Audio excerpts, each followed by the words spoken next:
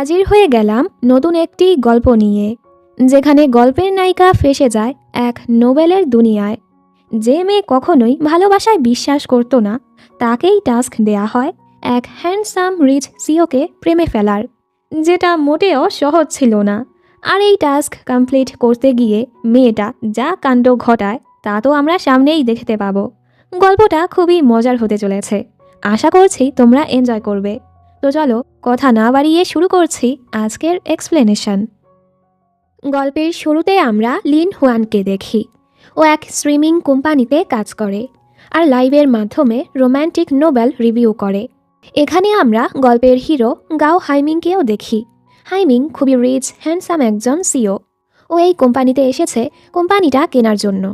এ সময় হুয়ান আর ইচি 90 দশকে বানানো একটা রোম্যান্টিক নোবেলের রিভিউ করার জন্য লাইভ শুরু করে।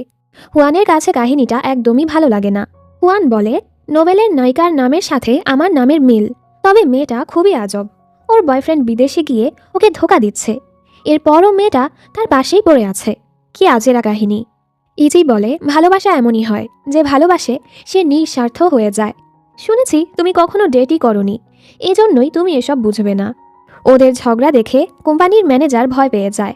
এসব দেখে যদি হাইমিং ডিলটা ক্যান্সেল করে দেয়, এজন্য উনি লাইভটা বন্ধ করে দেয়। হুয়ান তো রেগে ওনার কাছে এসে ঝগড়া করতে থাকে। হাইমিং অবাক হয়ে হুয়ানকেই দেখছিল। হুয়ান বলে, উনি কে? ম্যানেজার বলে, উনি আমাদের কোম্পানিটা কেনার জন্য এসেছে। হাইমিং বলে, তোমার কি মনে হয় এই নোবেলের একটা ছেলেও ভালোবাসার যোগ্য না? হুয়ান বলে, আমার লাইফটা আবারও শুরু হয়ে নিক, দেন রাতের মাঝেই আমি আপনাকে উত্তরটা জানাবো। হাইমিংয়ের কথায় হুয়ানের লাইভ আবারও শুরু হয়। হুয়ান মেইন লিডদের ব্যাপারে বলছিল, এটা হচ্ছে নায়িকার পেজার। কেউ তোমার সাথে যোগাযোগ করতে চাইলে প্রথমে পেজারে মেসেজ আসে, আর তোমাকে একটা ফোন বুথ খুঁজে তাকে কল করতে হবে। কত ঝামেলা। আর এটা হচ্ছে হিরোর ফেভারিট টয়, সে জেট মডেল কালেক্ট করতে পছন্দ করে। হঠাৎ হুয়ান আশেপাশের সব কিছু ঘোলা দেখছিল। এর মাঝেই ও বেহুশ হয়ে যায়। কিন্তু কিন্তু কিন্তু হুয়ানের হুঁশ আসে নোবেলের দুনিয়ায়। সালটা ছিল 1999। ওর পেছনেই হাইমিং ছিল। হাইমিং বলে, আজ তো মিউজিয়াম বন্ধ, আপনি এখানে কি করছেন? হুয়ান তো কিছুই বুঝতে পারে না। হাইমিং চলে গেলে হুয়ান ওর পিছুই যেতে নিচ্ছিল। এখানের এমপ্লয়ি ওকে আটকে বলে, আপনি এই জেট মডেলটা ভেঙে ফেলেছেন, এর জরিমানা দিতে হবে। তখনই ম্যাং ম্যাং নামের একটা মেয়ে এসে বলে, আমি টাকা দিচ্ছি। লাইভ করার সময় ওই পেজারটা ওর পকেটেই রয়ে গিয়েছিল। পেজারে মেসেজ আসে, ওয়েলকাম টু নোবেল ওয়ার্ল্ড।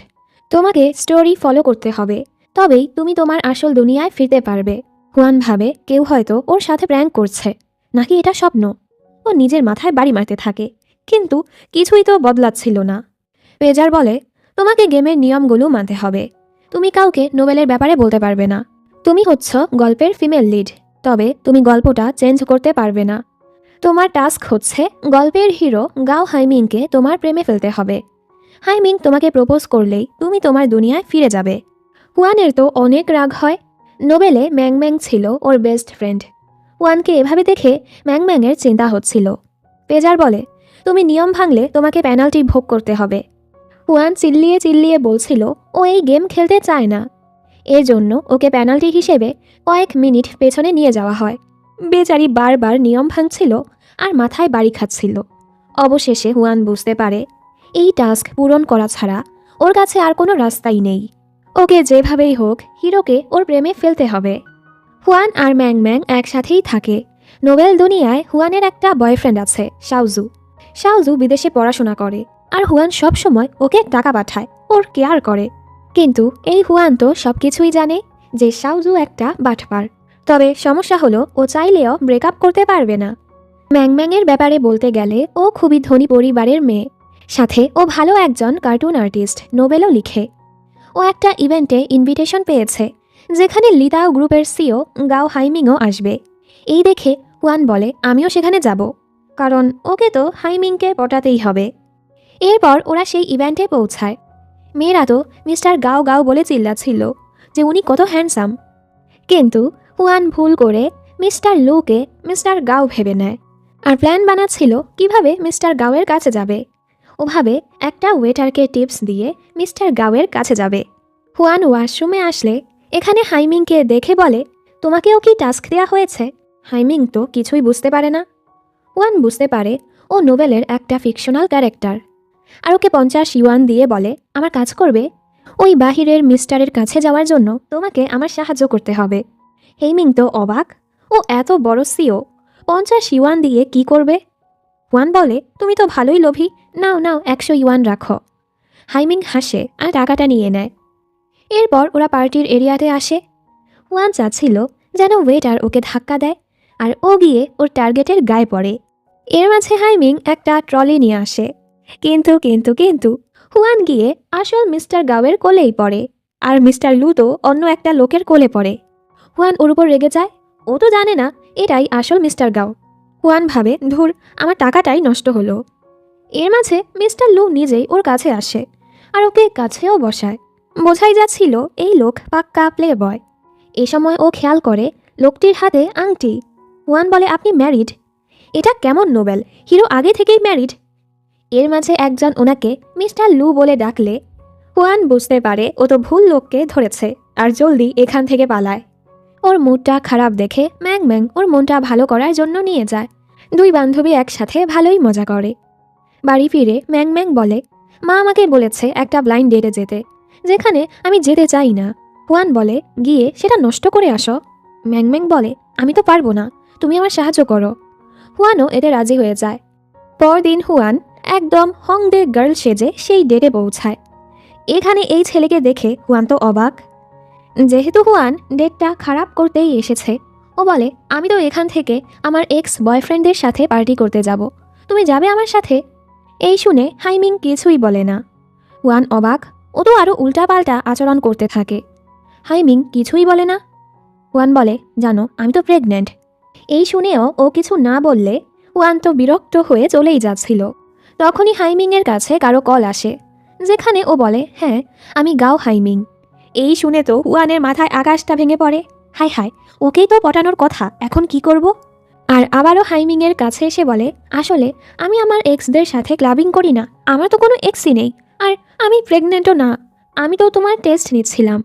হাইমিং বলে, আমি এটাও জানি তুমি ম্যাং ম্যাং না। এসব বলে ও চলে যায়। ওয়ান বলে, এর মানে আমি না, ও এতক্ষণ আমাকে বোকা বানাচ্ছিল। যাওয়ার পথে হাইমিংয়ের অ্যাসিস্ট্যান্ট ওর মজা নেয়, বস এই প্রথম আপনার কোনো ডেট 40 মিনিট টিকলো, ব্যাপারটা সন্দেহজনক। হাইমিং এমনভাবে তাকায় ও তো চুপ। পরদিন হুয়ান আরেকটা প্ল্যান বানায় আর হাইমিংয়ের কোম্পানির পার্কিং লটে গিয়ে ওর গাড়ির কাছে নিজের গাড়ি রাখে, মানে আবারও বাহানা করে হাইমিংয়ের কাছে যেতে চাচ্ছিল। কিন্তু হাইমিংও ছিল চালাক। হুয়ান ওর উপর পড়তে আসলে হাইমিং ওকে ধাক্কা দিয়ে সামনে সরিয়ে দেয়। হাইমিং ঠিকই বুঝতে পারে হুয়ান ওর কাছে আসার চেষ্টা করছে আর ওকে পাত্তা না দিয়ে চলে যায়। ওর এই কাণ্ড কারখানার জন্য ওর প্রতি হাইমিংয়ের অনুভূতি মাইনাসের দিকেই যাচ্ছিল। হুয়ান তো ভেবেছিল কত সহজে টাস্ক পূরণ করে নিজের দুনিয়ায় ফিরে যাবে। এখন তো ওর মাথা ঘুরছিল এই ছেলেকে কিভাবে পটাবে। এরপর আরেকটা প্ল্যান বানায়। ও শুনেছিল পেট পছন্দ করে এমন মেয়েদেরকে ছেলেরা পছন্দ করে। এজন্য ও একটা খরগোশ তুলে হাইমিংয়ের কাছে এসে বলে, দেখো আমি এটা রাস্তায় কুড়িয়ে পেয়েছি। কিন্তু হাইমিংয়ের তো যে কোনো পশুতেই অ্যালার্জি ছিল, মানে বেচারির এই প্ল্যানটাও ভেস্তে গেল। হুয়ান ওর জন্য টিস্যু বের করে দেয়। এ সময় গেম থেকে ওর কাছে একটা মেসেজ আসে, তোমার এত চেষ্টার জন্য তোমাকে একটা উপহার দেয়া হলো, যেটা ছিল আধুনিক একটা স্যানিটারি প্যাড। এখানে কি হয়, ও হাইমিংকে যে টিস্যুটা দিয়েছে সেটাই প্যাড হয়ে যায়। এই দেখে তো হাইমিং বলে, আশা করি আমাদের যেন আর কখনোই দেখা না হয়। হুয়ান কি বলবে বুঝতেই পারে না। হাইমিং গাড়িতে উঠে ভাবতে থাকে, এত সফট একটা প্যাড কোন কোম্পানির? আসলে ওদের কোম্পানি বাচ্চাদের ডাইপার বানায়। ও চাচ্ছিল সামনে মেয়েদের প্যাডও বানাতে, যেটা নিয়ে ও রিসার্চ করছে। ও কখনোই এতটা সফট প্যাড দেখেনি। এজন্য ও শপে গিয়ে সকল ব্র্যান্ডের প্যাড কিনে, যে কোন ব্র্যান্ডেরটা এতটা সফট। সালটা তো ছিল 1999। এ সময় সবাই এ ব্যাপার নিয়ে খুবই লজ্জা পেত। ও প্যাড কিনছিল যা দেখে তো মেয়েরা ওকে নিয়ে কথা বলছিল। অন্যদিকে হুয়ানের খারাপ পারফরম্যান্সের জন্য ওকে শাস্তি দেয়া হয়। এখানের টয়লেটগুলো পরিষ্কার করতে হবে। বেচারি না চাওয়া সত্ত্বেও ওকে এগুলো করতে হয়। পরে দৃশ্যে হাইমিং কোম্পানির মিটিংয়ে ছিল। ইদানিং ওদের কোম্পানির সেলস ভালো যাচ্ছিল না। ও যখন মেয়েদের প্যাড বানানোর প্রজেক্টের কথা বলে, কিছু শেয়ার হোল্ডারদের সাথে সাথে ওর বাবাও ওকে কথা শোনাতে থাকে। আসলে ওর বাবা একটা স্বার্থপর লোক, নিজের পরিবারের প্রতি কোনো ভালোবাসাই নেই, শুধু নিজের ব্যবসাটাকেই বড় করতে চায়। হুয়ান এখানে হাইমিংয়ের কাছে যাওয়ার প্ল্যান বানিয়েই যাচ্ছিল। এজন্য পরদিন ও হাইমিংয়ের কোম্পানিতে চাকরির ইন্টারভিউ দিতে আসে, কিন্তু ওর সিরিয়াল ছিল সবার শেষে। এজন্য ও একটা চালাকি করে, নিজের সিভিটাকে কেটে ছোট বানিয়ে দেয়, যেন সেটা সবার উপরে চলে যায়। হাইমিং এটা দেখে ঠিকই ওর বাদরামি বুঝে ফেলে। হুয়ান ভালো মতোই ইন্টারভিউ দেয়। হাইমিং বলে, তুমি তো একটা বাটপার, তোমাকে যেন কখনোই আমার কোম্পানিতে না দেখি। হুয়ান হার না মেনে আবারও ওর সাথে কথা বলতে আসে। তুমি আমার কাজ দেখে আমাকে যাচাই করো। হাইমিং বলে, তোমার সাথে আমার কোনো লেনদেন নেই, আমি তোমার কোনো আইডিয়াও শুনতে চাই না। কিন্তু ওই যে আগের বার তোমার হাতে যা ছিল ওটা কোন ব্র্যান্ডের ছিল? হুয়ান বলে, ও ওটা। আর দেখে ওর কাছে তো প্যাড শেষ, এখন আবার ওর প্যাড লাগতো। এজন্য ও অফিসের কিছু মেয়ের কাছে চায়। তবে এ সময়ের মেয়েরা তো এই ব্যাপারে কথা বলতেও লজ্জা পেত। কিন্তু হাইমিংয়ের চিন্তা ভাবনা ছিল অন্যরকম। ও সবার সামনেই হুয়ানকে একটা প্যাড দেয়। ব্যাপারটা হুয়ানের ভালো লাগে, আর এসব দেখে তো সবাই অবাক। বাড়ি এসে তো ও হতাশায় মরেই যাচ্ছিল। তখন ম্যাংম্যাং বলে, তুমি কেন লিতাও গ্রুপে কাজ করতে চাচ্ছ? আজ হাইমিংয়ের বাবা মায়ের বিবাহ বার্ষিকীর অনুষ্ঠান, এই নাও সেখানের ইনভিটেশন কার্ড। হুয়ান তো খুশি হয়ে জলদি সেদিকে যেতে থাকে। এখানে সেই অনুষ্ঠান দেখানো হয়। হাইমিংয়ের বাবা দুনিয়ার সামনে দেখায় উনি ওনার পরিবারকে খুবই ভালোবাসে। আসলে তো উনি খুবই কন্ট্রোলিং একটা মানুষ। হাইমিংয়ের মাও এই বিয়েতে খুশি নেই। উনি আবার চাচ্ছিল ওনাদের কোম্পানির বড় ইনভেস্টরের মেয়ে ওয়ানজুনের সাথে হাইমিংয়ের বিয়ে দিতে, যেন কোম্পানির ভালো হয়। আর হ্যাঁ, ওয়ানজুন আগে থেকেই হাইমিংকে পছন্দ করে। মা ছেলের পক্ষে কথা বললে বাবা তো ওনাকে সাইডে নিয়ে ওনার উপর চিল্লাতে থাকে। হাইমিং এসে বলে, আপনার কথা মতো আমি তো পার্টিতে আছি, কমপক্ষে আজকের দিনটা মাকে কথা শোনাবেন না। সাইড থেকে হুয়ান এসব কিছুই শুনতে পায়। পার্টিতে ফেরার পর ওয়ানজুন তো ওর সাথে চিপকেই ছিল। ও তো বিয়ের প্ল্যানও শুরু করে দিয়েছে। কাল বা পরশু যেদিনই তুমি ফ্রি আছো আমাকে নিয়ে ডেটে যাবে, প্লিজ প্লিজ। তখনই হুয়ান এসে হাইমিংয়ের আরেকটা হাত ধরে ওয়ানজুনের মতোই নাটক করতে থাকে, আমাকে ডেটে নিয়ে যাও প্লিজ প্লিজ। ওয়ানজুন তো রেগে যায়, কে এই মেয়েটা আমাকে কপি করে আমাকে অপমান করছে। হুয়ান হাইমিংকে বলে, আমাদের ব্যাপারে ওকে বলনি? আর ওর কানে কানে বলে, পার্টি থেকে বের হতে চাও? এই বলে ইচ্ছে করেই ওর গায়ে ড্রিঙ্ক ফেলে দেয়। ও আর কোনো কাণ্ড ঘটানোর আগে হাইমিং ওকে নিয়ে বের হয়ে যায়। ওয়ানজুনের তো অনেক রাগ হয়। হাইমিংয়ের বাবা বলে, হয়তো ও কোম্পানির নতুন এমপ্লয়ি। ওয়ানজুন বলে, জলদি ওকে চাকরি থেকে বের করুন। উনি বলে, তুমি যা বলবে সেটাই হবে। হুয়ান বলে, আমি তো তোমাকে সাহায্য করলাম, ধন্যবাদ তো বলো। হাইমিং ওকে পাত্তা না দিয়ে অ্যাসিস্ট্যান্টের আসার অপেক্ষা করছিল, কিন্তু অ্যাসিস্ট্যান্ট তো জ্যামে আটকে ছিল। হুয়ান বলে, আমার স্কুটিতে বসো, আমি টুস করে তোমাকে বাড়ি পৌঁছে দিব। হাইমিং এবার ওর স্কুটিতে বসে, কিন্তু এই মেয়ে কথা বলতে বলতে অ্যাক্সিডেন্ট করতেই যাচ্ছিল। এজন্য হাইমিং ওকে নামিয়ে নিজেই চালাতে থাকে। এরপর ওর বাড়ি পৌঁছায়। এত কিছুর পরও হাইমিং ওকে চাকরিতে রাখে না। যাই হোক, হুয়ান বাড়ি এসে ভাবতে থাকে, নোবেলের হিরোইন তো ইউশ্যাং কোম্পানিতে কাজ করত। যাক, তাহলে আমি সেখানেই ইন্টারভিউ দেই। হুয়ান তো এতদিন অনেক চেষ্টা করেছে, এজন্য গেম থেকে ওকে গিফট দেয়া হয়। ও কিছুদিন সামনে চলে যায়, যেখানে ও অলরেডি ইউশ্যাং কোম্পানিতে চাকরি পেয়ে গেছে। তবে এখানের বস তো খুবই রুড ছিল। এরপরও ওর মুখে হাসি দেখে কলিগরা বলে, তুমি হাসছ কিভাবে? হুয়ান বলে, কারণ এর থেকেও রুড মানুষ আমি দেখেছি। ও তো হাইমিংয়ের কথাই বলছিল। কিছুদিন পর এই কোম্পানি লিতাও কোম্পানির সাথে কোলাবোরেশন করার অফার করবে। হুয়ান এবার চাচ্ছিল এর মাধ্যমে হাইমিংয়ের কাছে যাবে। পরের দৃশ্যে হুয়ান ওদের কোম্পানির হয়ে কথা বলতে লিতাও কোম্পানিতে যায়, কিন্তু অ্যাপয়েন্টমেন্ট না থাকায় ওকে চলে আসতে হয়। অ্যাসিস্ট্যান্ট হুয়ানকে দেখে ভাবে হুয়ান হয়তো আবারও মিথ্যে বাহানায় এখানে এসেছে। এজন্য ও রিসিপশনে বলে, এই মেয়েটা খুবই বাদর, এরপর থেকে ওকে দেখলেই বের করে দিও। যাই হোক, কিছুদিন পর হুয়ান স্যালারি পেলে ম্যাংম্যাংকে নিয়ে শপিংয়ে যায়। কিন্তু নোবেলের হুয়ান তো সবসময় আগে ওর বয়ফ্রেন্ডকেই টাকা পাঠাতো, নিজের জন্য খরচই করতো না। ম্যাংম্যাং এতে খুবই অবাক হয়। এই, আমার বান্ধবীর শরীরে কে ঢুকেছিস, বের হ। তুমি তো আগে এমন ছিলে না। হুয়ান বলে, আরে চিল। আর দুই বান্ধবী অনেক শপিং করে, অনেক মজাও করে। এরপর হুয়ান লিতাও কোম্পানির সাথে কোলাবোরেট করার জন্য খুবই ভালো একটা প্রপোজাল রেডি করে, আর বসের থেকে অনুমতি নিয়ে সেটা সাবমিট করতে যায়। কিন্তু ওনারা তো হুয়ানকে দেখেই গার্ড ডেকে আনে, কারণ অ্যাসিস্ট্যান্ট বলেছে ওকে দেখলেই বের করে দিতে। বেচারির তো মনটাই ভেঙে যায়। এরপরও হাল ছাড়ে না, আর নিজের চেহারা ঢেকে বিদেশি সেজে কোম্পানিতে ঢোকার চেষ্টা করে, কিন্তু এতেও ও ধরা পড়ে যায়। তখনই ও এখানে কিছু টেকনিশিয়ানদেরকে কাজ করতে দেখে, আর ওর মাথায় একটা দুষ্টু আইডিয়া আসে। এ সময় হাইমিং একটা মিটিংয়ে ছিল। এই বাদর রশি বেয়ে বেয়ে ঝুলে ঝুলে সেখানে পৌঁছে যায়। যা দেখে তো সবাই অবাক। হুয়ান পড়তে গেলে হাইমিং জলদি ওকে ধরে ফেলে। হুয়ান বলে, একবার তো আমার প্রপোজালটা দেখে নাও, এরপরই না হয় আমাকে রিজেক্ট করে দিও। হাইমিং বলে, তুমি ভেবে নাও তুমি অলরেডি রিজেক্টেড, নিজেকে কি ভাবো যে এভাবে অফিসে ঢোকো। হুয়ান বলে, দেখো তুমি আমাদের পার্সোনাল ম্যাটার কাজে আনতে পারো না। হাইমিং বলে, তোমার সাথে আমার আবার কিসের পার্সোনাল ম্যাটার।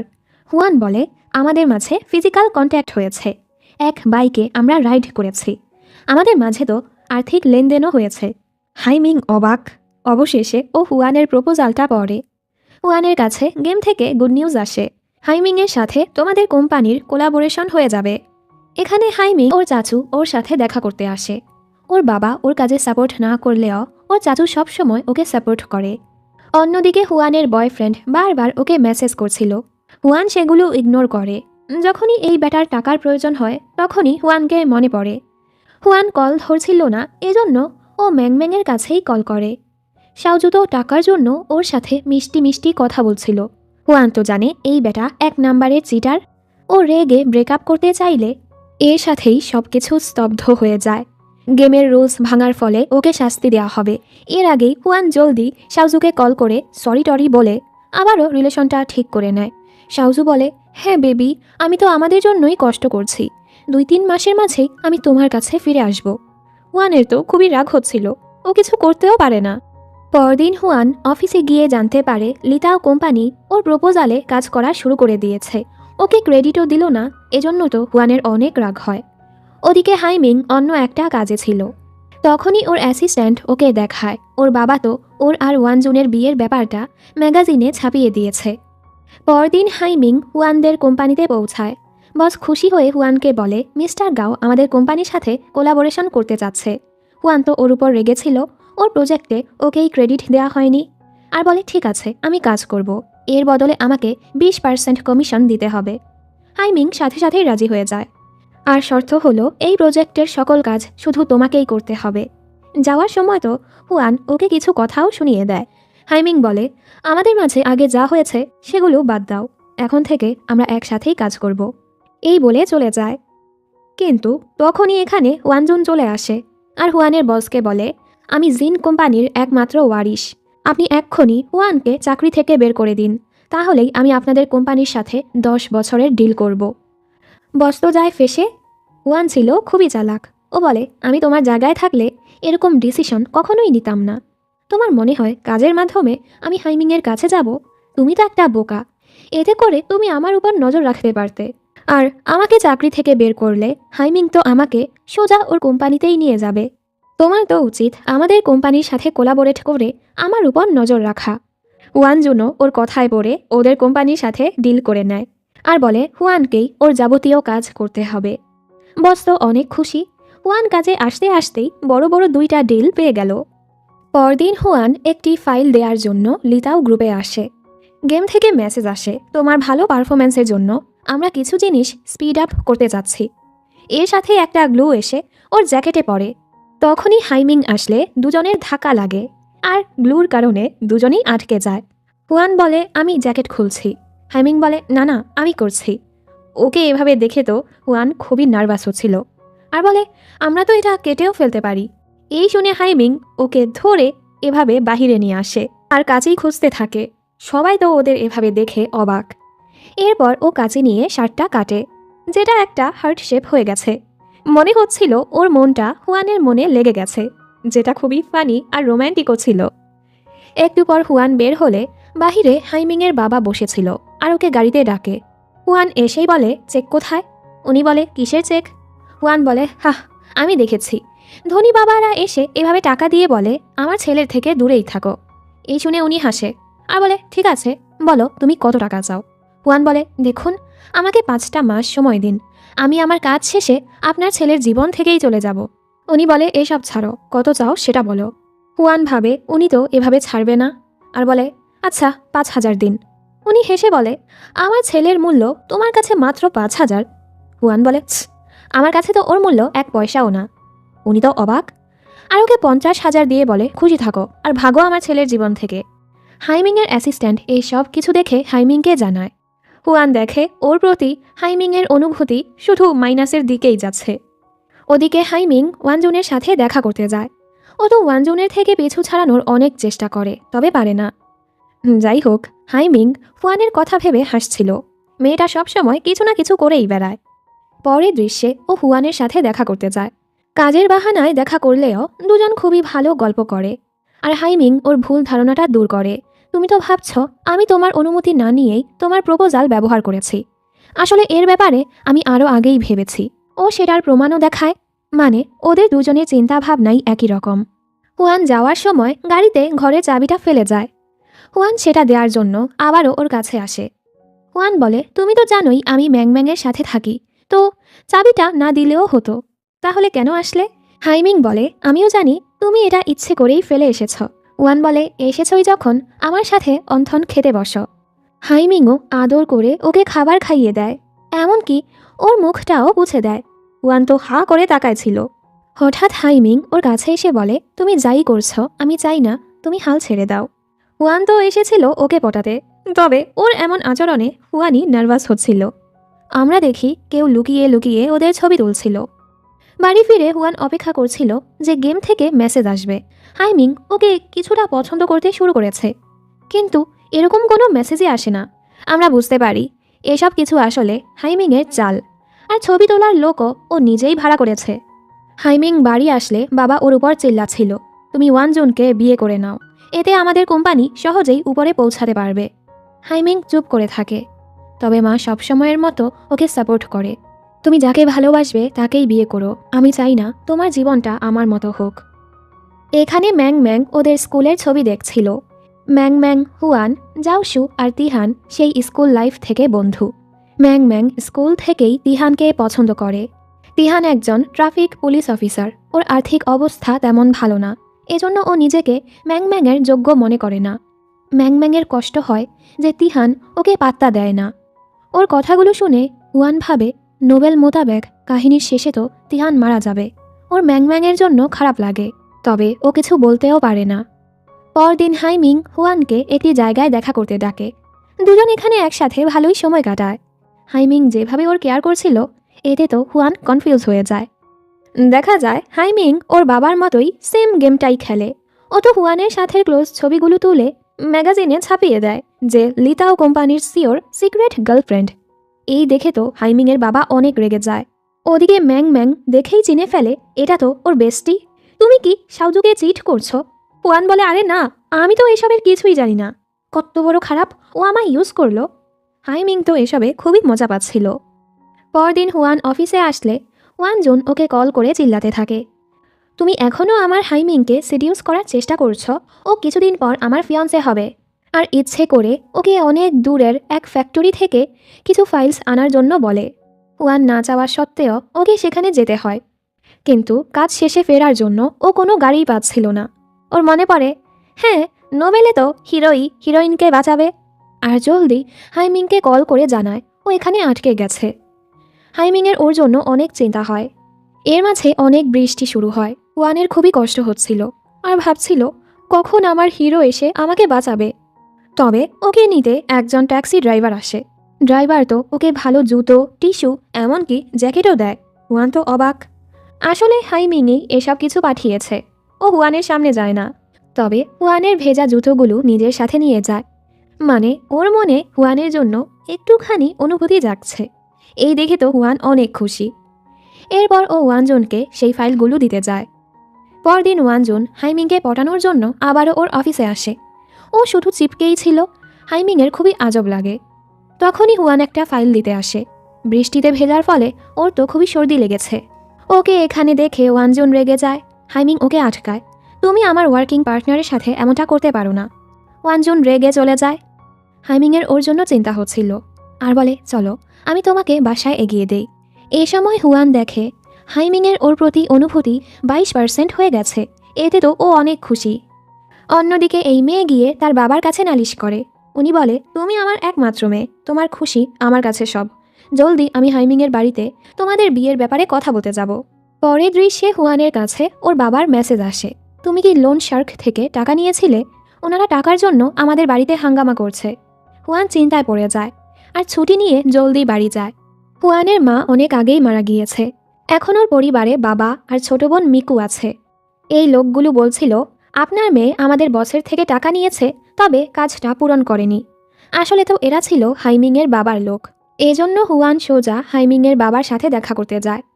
হাইমিংয়ের বাবা হাইমিংকে কল করে বলে, লাইনে থাকো আর শোনো, মেয়েটা আসলে কেমন, টাকার জন্যই তোমাকে টার্গেট করেছে। উনি এরপর হুয়ানকে বলে, ওই টাকাতে তোমার মন ভরেনি, বলো আর কত চাও। হুয়ান বলে, আমাকে এখানে ডাকার আগে আপনার তো উচিত ছিল আপনার ছেলেকে জিজ্ঞেস করা ও আসলে কি চায়। উনি বলে, আমি ওর ভালোই চাই, তুমি কত টাকা চাও সেটা বলো। হুয়ান আগের টাকাও ফেরত দিয়ে বলে, আমি একটা পয়সাও খরচ করিনি। আপনার উচিত টাকা দিয়ে সবকিছু না কিনে নিজের ছেলের অনুভূতিকে গুরুত্ব দেয়া। উনি তো ভেবেছিল হুয়ানকে হাইমিংয়ের সামনে খারাপ করবে। তবে হুয়ানের কথাবার্তা শুনে হাইমিংয়ের তো বাবার উপর আরও রাগ হয়। হুয়ান তো ওকে এখানে দেখে অবাক আর ভাবে, ও আমার উপর রেগে যাবে না তো। তবে হাইমিং বলে, আমার বাবার আচরণের জন্য সরি। আসলে যখন লিতাও কোম্পানি প্রায় ডুবতে বসেছিল, তখন আমার মায়ের যৌতুকের টাকা দিয়ে কোম্পানিটা আবারও ঠিক হয়েছিল। বিজনেসের কারণেই তাদের বিয়ে হয়েছে। আর আমার বাবা সবসময় সব কিছুতে শুধু কোম্পানির ফয়দাই খুঁজে। হুয়ান চুপ করে ওর কথাগুলো শুনছিল। এরপর হাইমিং ওকে বাড়িতে এগিয়ে দেয়। এখন তো হাইমিংয়ের অনুভূতি 38% পৌঁছে গেছে। ঘরে এসে দেখে বাবা ওর জন্য অনেক খাবার বানাচ্ছে। হুয়ান জানতে পারে নোবেলের হুয়ান তো সবসময় বয়ফ্রেন্ডকে টাকা পাঠানোর জন্য দিন রাত খেটে খেটে কাজ করত। অনেক অসুস্থ হয়ে পড়ত। বাবা এতে অনেক রেগে গিয়েছিল আর একদিন ওকে চড় মেরেছিল, যে কারণে হুয়ান রাগ করে বাড়ি ছেড়ে চলে গিয়েছিল। এসব শুনে হুয়ান ভাবে বাবার উচিত ছিল 2টা চড় মারা। যেহেতু বাবা সঠিক ছিল, এবার ও ভালো মতো ওনাদের সাথে আচরণ করে। আমার জন্য আর চিন্তা করবেন না, আমি এখন নিজের খেয়াল রাখব। বাবা আর বোন এতে খুশি হয়, আরও প্রমিস করে প্রায় সময়ই এখানে আসবে। পরদিন 1 জুন তার বাবা মাকে নিয়ে হাইমিংদের বাড়িতে চলে আসে এঙ্গেজমেন্টের ব্যাপারে কথা বলতে। হাইমিংয়ের বাবা তো ওকে জোর করে এখানে রেখে দেয়। ওদিকে হুয়ান অফিসে ছিল, তখনই কেউ একজন ওকে একটা ফোন উপহার পাঠায়। সেখানে একটা নাম্বার সেভ করা ছিল। হুয়ান ভাবে ম্যাং ম্যাং এটা দিয়েছে আর জলদি ওকে কল করে, কিন্তু কলটা যায় হাইমিংয়ের ফোনে। সেটা আবার 1 জুন দেখে ফেলে আর কলটা ধরে বলে, তোমার লজ্জা লাগে না আমার ফিয়ন্সের পিছু পড়ে আছো? আজ আমাদের এঙ্গেজমেন্টের কথা চলছে, তোমার খেলা শেষ। এই শুনে তো হুয়ানের মাথায় আকাশ ভেঙে পড়ে আর জলদি হাইমিংয়ের বাড়ি যায়। যেভাবেই হোক ওকে এটা আটকাতে হবে, আর না হয় ও কিভাবে নিজের আসল দুনিয়ায় পৌঁছাবে। ও লুকিয়ে লুকিয়ে হাইমিংয়ের রুমে যাচ্ছিল। এখানে তারা সবাই একসাথে খাবার খাচ্ছিল। হাইমিং বাহানা করে রুমে চলে যায়। হুয়ান এখানে নিজের জুতো দেখে অবাক। ও বুঝতে পারে ওই দিন ওকে রেস্কিউ করতে হাইমিংই ট্যাক্সি পাঠিয়েছিল। হাইমিং ওকে দেখে বলে, তুমি এখানে কি করছো? হুয়ান বলে, তুমি আমাকে কেন ফোন দিয়েছ? হাইমিং বলে, কাজের ব্যাপারে কথা বলার জন্য। এ সময় 1 জুনের আসার শব্দ শুনে হুয়ান বলে, তুমি কি ওর থেকে নিজের পিছু ছাড়াতে চাও? আর ওকে কাছে টেনে নেয়, এমন ভান করে যেন ওরা কিস করছে।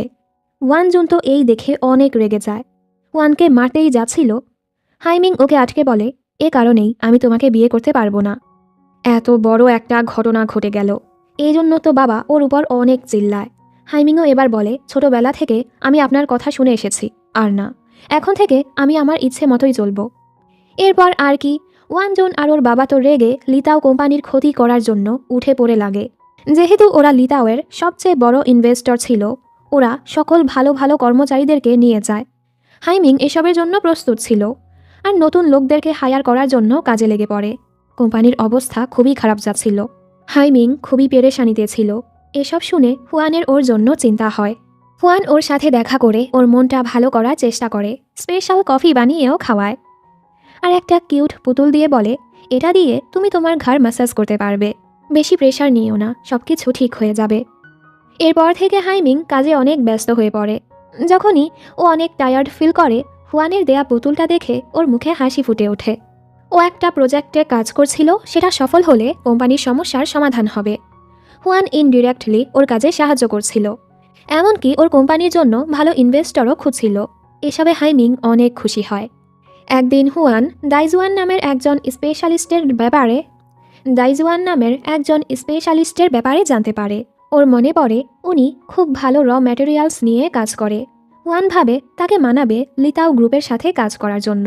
অন্যদিকে হাইমিংয়ের বাবা এসে ওকে অনেক বকে। এখনও সময় আছে, ওয়ান জুনের পরিবারের কাছে ক্ষমা চাও, কোম্পানির সমস্যার সমাধান হয়ে যাবে।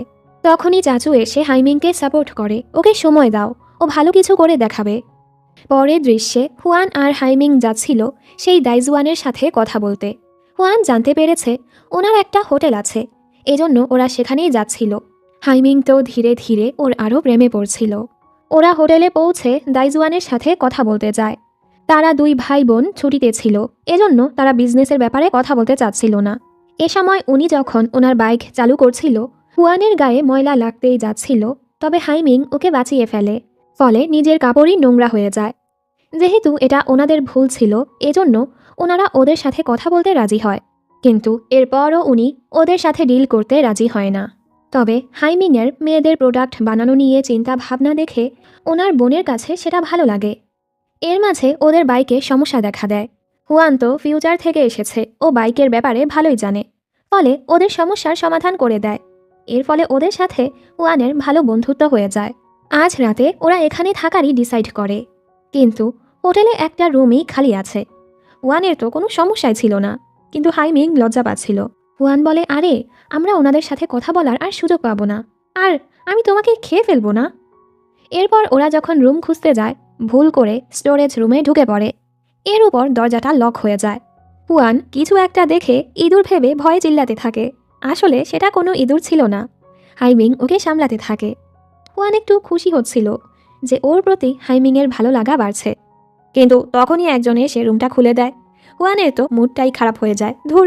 রাতের বেলা ওরা দাইজুয়ানের বোনের সাথে গল্প করছিল। হাইমিংয়ের বিজনেস আইডিয়া, মেয়েদের প্রতি চিন্তাভাবনা ওনার খুবই ভালো লাগে। উনি যাওয়ার পর এই দুজন সময় কাটাচ্ছিল। হুয়ান তো খুবই মাতাল হয়ে যায় আর ওকে কাছে টেনে বলে, তোমাকে তো এভাবে খুবই হ্যান্ডসাম লাগছে, তোমার আইব্রোজ কত সুন্দর, তোমার জলাইন কত অ্যাট্রাকটিভ। হাইমিং তো অনেক লজ্জা পাচ্ছিল। এর মাঝে ও বেহুশ। হাইমিং তো লজ্জায় ব্লাশ করছিল। কোনোভাবে ওকে সামলে রুমে নিয়ে আসে, তবে হুয়ান তো ওকে জড়িয়ে ধরেছিল। হাইমিং বলে, আমার কেন মনে হচ্ছে তুমি নাটক করছো, যেটা সত্য ছিল। হাইমিং তো গাড়িতে ঘুমাতে যাচ্ছিল। হুয়ান বলে, আশ্চর্য, তুমি এখানে ঘুমাও, মাঝখানে বালিশ রেখে দিও। তুমি কি আমাকে সন্দেহ করছো যে আমি তোমার ফয়দা তুলব? ছি, যদি কিছু হয়েও যায় আমি এর রেসপন্সিবিলিটি নিব। হাইমিং তো আরও অবাক। অবশেষে ও এভাবে শুয়ে পড়ে। ওর শীত লাগছিল ঠিকই, তবে লজ্জার কারণে বেচারা ব্ল্যাঙ্কেটও নেয় না। একটু পর ও ঘুমিয়ে গেলে হাইমিং ব্ল্যাঙ্কেটটা ঠিক করে দিচ্ছিল। হুয়ান বলছিল, আমি জলদি আমার দুনিয়ায় ফিরে যেতে চাই। হাইমিং কিছু বুঝতে পারে না। যাই হোক, সারা রাত জেগে ও একটা প্রপোজাল বানায় মিস্টার দাইজওয়ানকে দেওয়ার জন্য। পরদিন সকালে ও সেটা ওনাকে দেয়, যেটা ওদের খুবই ভালো লাগে। এবার ওরা জানতে পারে আসলে তো দাইজওয়ান হলো ওনার নাম। মানে ওদের দরকার ছিল ওকে মানানোর, যেটা তো ওরা শুরুতেই করে ফেলেছে। দাইজওয়ান নামটা ছেলেদের নামের মতো, এজন্য ওরা কনফিউজ হয়ে গিয়েছিল। উনি ওদের কোম্পানিতে কাজ করতে রাজি হয়ে গেছে, এতে ওরা অনেক খুশি। পরদিন দাইজওয়ান ওদের কোম্পানিতে চলে আসে আর ওরা প্রজেক্টের উপর কাজ শুরু করে দেয়। হঠাৎ করেই গেম থেকে হুয়ানকে টাস্ক দেয়া হয় 5 মিনিটের মাঝে হিরোকে কিস করতে হবে। হুয়ান তো এটা করতে চাচ্ছিল না, আবার শাস্তিও পেতে চাচ্ছিল না। এজন্য ও নিজেকে সামলে সবার সামনে গিয়ে হাইমিংকে কিস করে দেয়। হাইমিং অবাক, সবাই তো মজায় মজায় এসব দেখছিল। হুয়ান লজ্জা পেয়ে যায়, এজন্য চিল্লিয়ে উঠে, আমি তোমাদের দুনিয়ার না, তোমরা সবাই ফিকশনাল ক্যারেক্টার, আমরা নোবেলের দুনিয়ায়। যেহেতু ও স্পয়লার করেছে, এজন্য আবারও কিছু মিনিট পেছনে চলে যায়। হুয়ান ভাবে, ধুর, আমি শাস্তি নিয়ে নিব, এভাবে নিজেকে এমব্রেস করব না। অফিসের কাজ শেষে হাইমিং ওকে নিয়ে সেই মিউজিয়ামে আসে। আসলে এটা ওরই মিউজিয়াম, যেখানে ওর একটা সিক্রেট রুমও আছে। জেট মডেল বানানো ওর হবি। দুজন একসাথে ভালো সময় কাটায়। জেটে কালারও করছিল। হাইমিংয়ের মুখে রং লাগলে হুয়ান সেটা পুছে দেয়। এতে দুজন অনেকটাই কাছাকাছি চলে আসে। হাইমিংয়ের হার্টবিট খুবই ফাস্ট হচ্ছিল, আর জলদি দুজন দূরে সরে যায়। ওদের মাঝে সব কিছু ভালোভাবেই চলছিল। কিন্তু কিন্তু কিন্তু এর মাঝে হাইমিং ওর অ্যাসিস্ট্যান্টের থেকে জানতে পারে হুয়ানের একটা বয়ফ্রেন্ড আছে, শাওজু। শাওজুকে টাকা পাঠানোর জন্যই হুয়ান এত কাজ করে। শাওজু এখন বিদেশে আছে, জলদি ফিরতে চলেছে। এসব শুনে তো হাইমিংয়ের মনটাই ভেঙে যায়। তবে ও তো জানে না বেচারি হুয়ান একটা মাইনকা চিপায় ফেসে আছে। পরদিন থেকে হাইমিং হুয়ানের সাথে খুবই রুডলি আর প্রফেশনালি কথা বলে। হুয়ান অবাক, হঠাৎ ও এমনটা কেন করছে। ওদিকে হাইমিংয়ের মনটা খুবই খারাপ। হুয়ানের কথা মাথা থেকে সরাতেই পারছিল না। স্ট্রেস রিলিফ করতে ও শুটিং প্র্যাকটিস করতে যায়। তিহান এখানে কাজ করে। একবার তিহান হাইমিংয়ের জীবন বাঁচিয়েছিল, তখন থেকে ওরা বন্ধু। হাইমিংকে এভাবে দেখে ও জিজ্ঞেস করে, কি হয়েছে তোর? হাইমিং তো কিছুই বলে না, তবে তিহান ব্যাপারটা বুঝতে পারে, কারণ একদিন ট্রাফিকে ও হাইমিংয়ের সাথে হুয়ানকে দেখেছিল। তিহান এটাও ভাবে শাওজু বিদেশে যাওয়ার আগে হুয়ানের মনটা কত খারাপ ছিল। হুয়ানের যখন বয়ফ্রেন্ড আছে, ও হাইমিংয়ের কাছে আসছে কেন? পরের দৃশ্যে দেখি হাইমিং তো এখন হুয়ানকে নিজের আরও কাছে রাখতে চাচ্ছিল। এজন্য কাজের বাহানায় ও তো হুয়ানকে নিজের অফিসেই নিয়ে আসে। এখন থেকে হুয়ান এখানেই কাজ করবে। অন্যদিকে তিহান আজ ম্যাংম্যাংকে দেখা করতে ডাকে।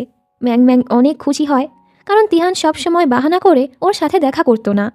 তিহান ওর কাছে হুয়ান আর জাওসুর ব্যাপারে জিজ্ঞেস করে যে ওদের সম্পর্কটা কেমন চলছে। ম্যাংম্যাং বলে, তুমি এর জন্য আমাকে ডেকেছ, আর কষ্ট পেয়ে চলে যায়। এখানে হাইমিং তো কাজের ফাঁকে ফাঁকে শুধু হুয়ানকেই দেখছিল। হুয়ান তাকালে জলদি ও অন্যদিকে ঘুরে যায়। আবার ওর রাগও হচ্ছিল, ওর বয়ফ্রেন্ড থাকলে আমার এতটা ক্লোজ কেন হয়েছে। ও তো হুয়ানকে কিছুই বলে না, কিন্তু ওকে অনেক অনেক কাজ দিয়ে দেয়। আবার ওর কেয়ারও করছিল, ওর পছন্দের অন্থনও এনে দেয়। বাড়ি ফেরার সময় হুয়ান ম্যাংম্যাংয়ের সাথে মেসেজে হাসছিল। হাইমিং জেলাস হয় আর দেখার চেষ্টা করে ও কার সাথে কথা বলছে। হুয়ান জলদি ফোন লুকিয়ে ফেলে। হুয়ান বাড়ি আসলে ম্যাংম্যাং জিজ্ঞেস করে, ইদানিং তোমার আর হাইমিংয়ের মাঝে কি চলছে? তুমি কি তোমার বয়ফ্রেন্ডের সাথে চিট করছো? হুয়ান বলে, আরে না, ওই বিরক্তিকর লোকের সাথে আমার কিছুই নেই। পরদিন হুয়ান অফিসে আসে। ও বুঝতে পারে হাইমিং কিছু নিয়ে জেলাস হয়েই এমনটা করছে। এজন্য ও হাইমিংকে আরও জেলাস করার ডিসাইড করে, আর একটা বডি মিস্ট নিয়ে হাইমিংয়ের সামনে বলতে থাকে, আমার একটা স্পেশাল ফ্রেন্ড আমার জন্য এটা ইংল্যান্ড থেকে পাঠিয়েছে। এই শুনে তো হাইমিং জ্বলে পুড়ে মরেই যাচ্ছিল। আর ঠিক ওরকম বডি মিস্ট এতগুলো অর্ডার করে হুয়ানের জন্য পাঠায়। হুয়ান তো খুবই হাসে ও শিওর হয়ে যায় হাইমিং জেলাস হচ্ছে। এর উপর হাইমিং ওকে পার্সোনাল অ্যাসিস্ট্যান্টও হতে বলে। এজন্য পরদিন হুয়ান ওর বাড়ি আসে। হাইমিং খুশি হয়ে সুন্দর করে রেডি হয়। ওর টাইটা ঠিক ছিল না, হুয়ান সেটা ঠিক করে দেয়। হাইমিং খুবই খুশি হয় আর বলে, তুমি এটা কিভাবে শিখেছ? হুয়ান বলে, আমি একজন স্পেশাল মানুষের জন্য এটা শিখেছি। হাইমিং ভাবে ও জাওসুর কথা বলছে, আর রেগে হুয়ানকে একা ছেড়েই অফিসে চলে যায়। হুয়ান ভাবে, ওর জন্যই তো আমি টাই বানানো শিখলাম। এরপর হুয়ান ভাবে কিছুদিন পরই তো জাওসু ফিরবে, আমি তো জানিও না ও দেখতে কেমন। এজন্য ও জাওসুর প্রোফাইল চেক করে। জাওসুর চেহারা দেখে খুবই হাসে যে নোবেলের নায়িকা কি দেখে ওর প্রেমে পড়েছে। ও তো জানে না পেছনে হাইমিং বসা। হাইমিং ভাবে ও ওর বয়ফ্রেন্ডকে দেখে দেখে খুশি হচ্ছে। ও তো আরও রেগে যায়। অন্যদিকে তিহানের ম্যাংম্যাংয়ের জন্য খারাপ লাগছিল, তাই ম্যাংম্যাংকে ডিনারে ডাকে। ম্যাংম্যাং অনেক খুশি হয়। অ্যাক্সিডেন্টালি হাইমিং হুয়ানকে নিয়ে এখানেই খাবার খেতে আসে। সবাই একসাথে বসে। হাইমিং তো বারবার ওদের পাস্টের ব্যাপারে জানতে চাচ্ছিল। হুয়ান ওদেরকে আটকিয়ে দেয় যেন জাওসুর ব্যাপারে কথা না বলে। ব্যাপারটা হাইমিং খেয়াল করে আর রেগে অনেক ড্রিঙ্ক করে ফেলে। মাতাল হওয়ার পর হুয়ানই ওকে সামলাচ্ছিল। হুয়ান বলে, তুমি জেলাস হচ্ছ তাই না? হাইমিং বলে, এমন কিছুই না। হুয়ান বলে, তোমাকে দুইটা অপশন দিচ্ছি, একটা চুজ করো। তুমি জেলাস হচ্ছ, 2 আমাকে পছন্দ করো। আসলে তো এমনটাই ছিল। হাইমিং বলে, আমি একটাও চুজ করব না, আমি তো তোমাকে ঘৃণা করি। হুয়ান রেগে যায়। ওর এক্সপ্রেশন দেখে হাইমিং হাসে। পরদিন সকালে হাইমিংয়ের ঘুম ভাঙলে ওর মনে পড়ে গত রাতে মাতাল অবস্থায় ও কি করেছে। এমনকি একটা রেডিও স্টেশনে কল করে বলেছে হুয়ানকে ডেডিকেট করে আজ দুপুরে একটা গান প্লে করতে, যে ও হুয়ানকে কতটা ভালোবাসে। এসব মনে করে তো ও খুবই লজ্জা পাচ্ছিল, আর সেটা ক্যান্সেল করার চেষ্টা করে। কিন্তু সেটা তো সেট হয়ে গেছে, আর ক্যান্সেল হবে না। এজন্য হাইমিং জলদি অফিসে পৌঁছায় আর হুয়ানের থেকে রেডিওটা নিয়ে যায় যেন ও সেটা শুনতে না পারে। এর মাঝে ওর অ্যাসিস্ট্যান্ট ওকে খবর দেয় হুয়ানের বয়ফ্রেন্ড তো বিদেশে যাওয়ার 3 মাস পর থেকেই হুয়ানের সাথে চিট করছে, মানে গত 3 বছর ধরে হুয়ানকে ঠকাচ্ছে। ওদিকে ম্যাংম্যাং ভাবছিল গত রাতে ও মাতাল হয়ে তিহানকে কত জ্বালিয়েছে। তুমি কেন সব সময় আমাকে এড়িয়ে চলো? স্কুলে থাকার সময় তো তুমি আমাকে বাড়িতে এগিয়ে দিতে, এখন তো সেটাও করো না। বর্তমানে ম্যাংম্যাং যখন অফিসে যাচ্ছিল ও ট্যাক্সি পাচ্ছিল না, তখনই তিহান ওকে লিফট দিতে চলে আসে। তিহান বলে, এখন থেকে আমি যখনই ফ্রি থাকবো তোমাকে নিতে আসবো। ম্যাং ম্যাং খুশি হয়ে যায়। ওদিকে হাইমিং হুয়ানকে এক মিটিংয়ের জন্য অন্য জায়গায় পাঠাতে চাচ্ছিল, যেন কোনোভাবেই আজকে রেডিও শুনতে না পারে। এর মাঝে ওর মনে পড়ে ট্যাক্সিতেও তো রেডিও চলে, এই জন্য ও জলদি গিয়ে ট্যাক্সিটা থামায়। আমি তোমাকে ড্রপ করে দিব, চলো।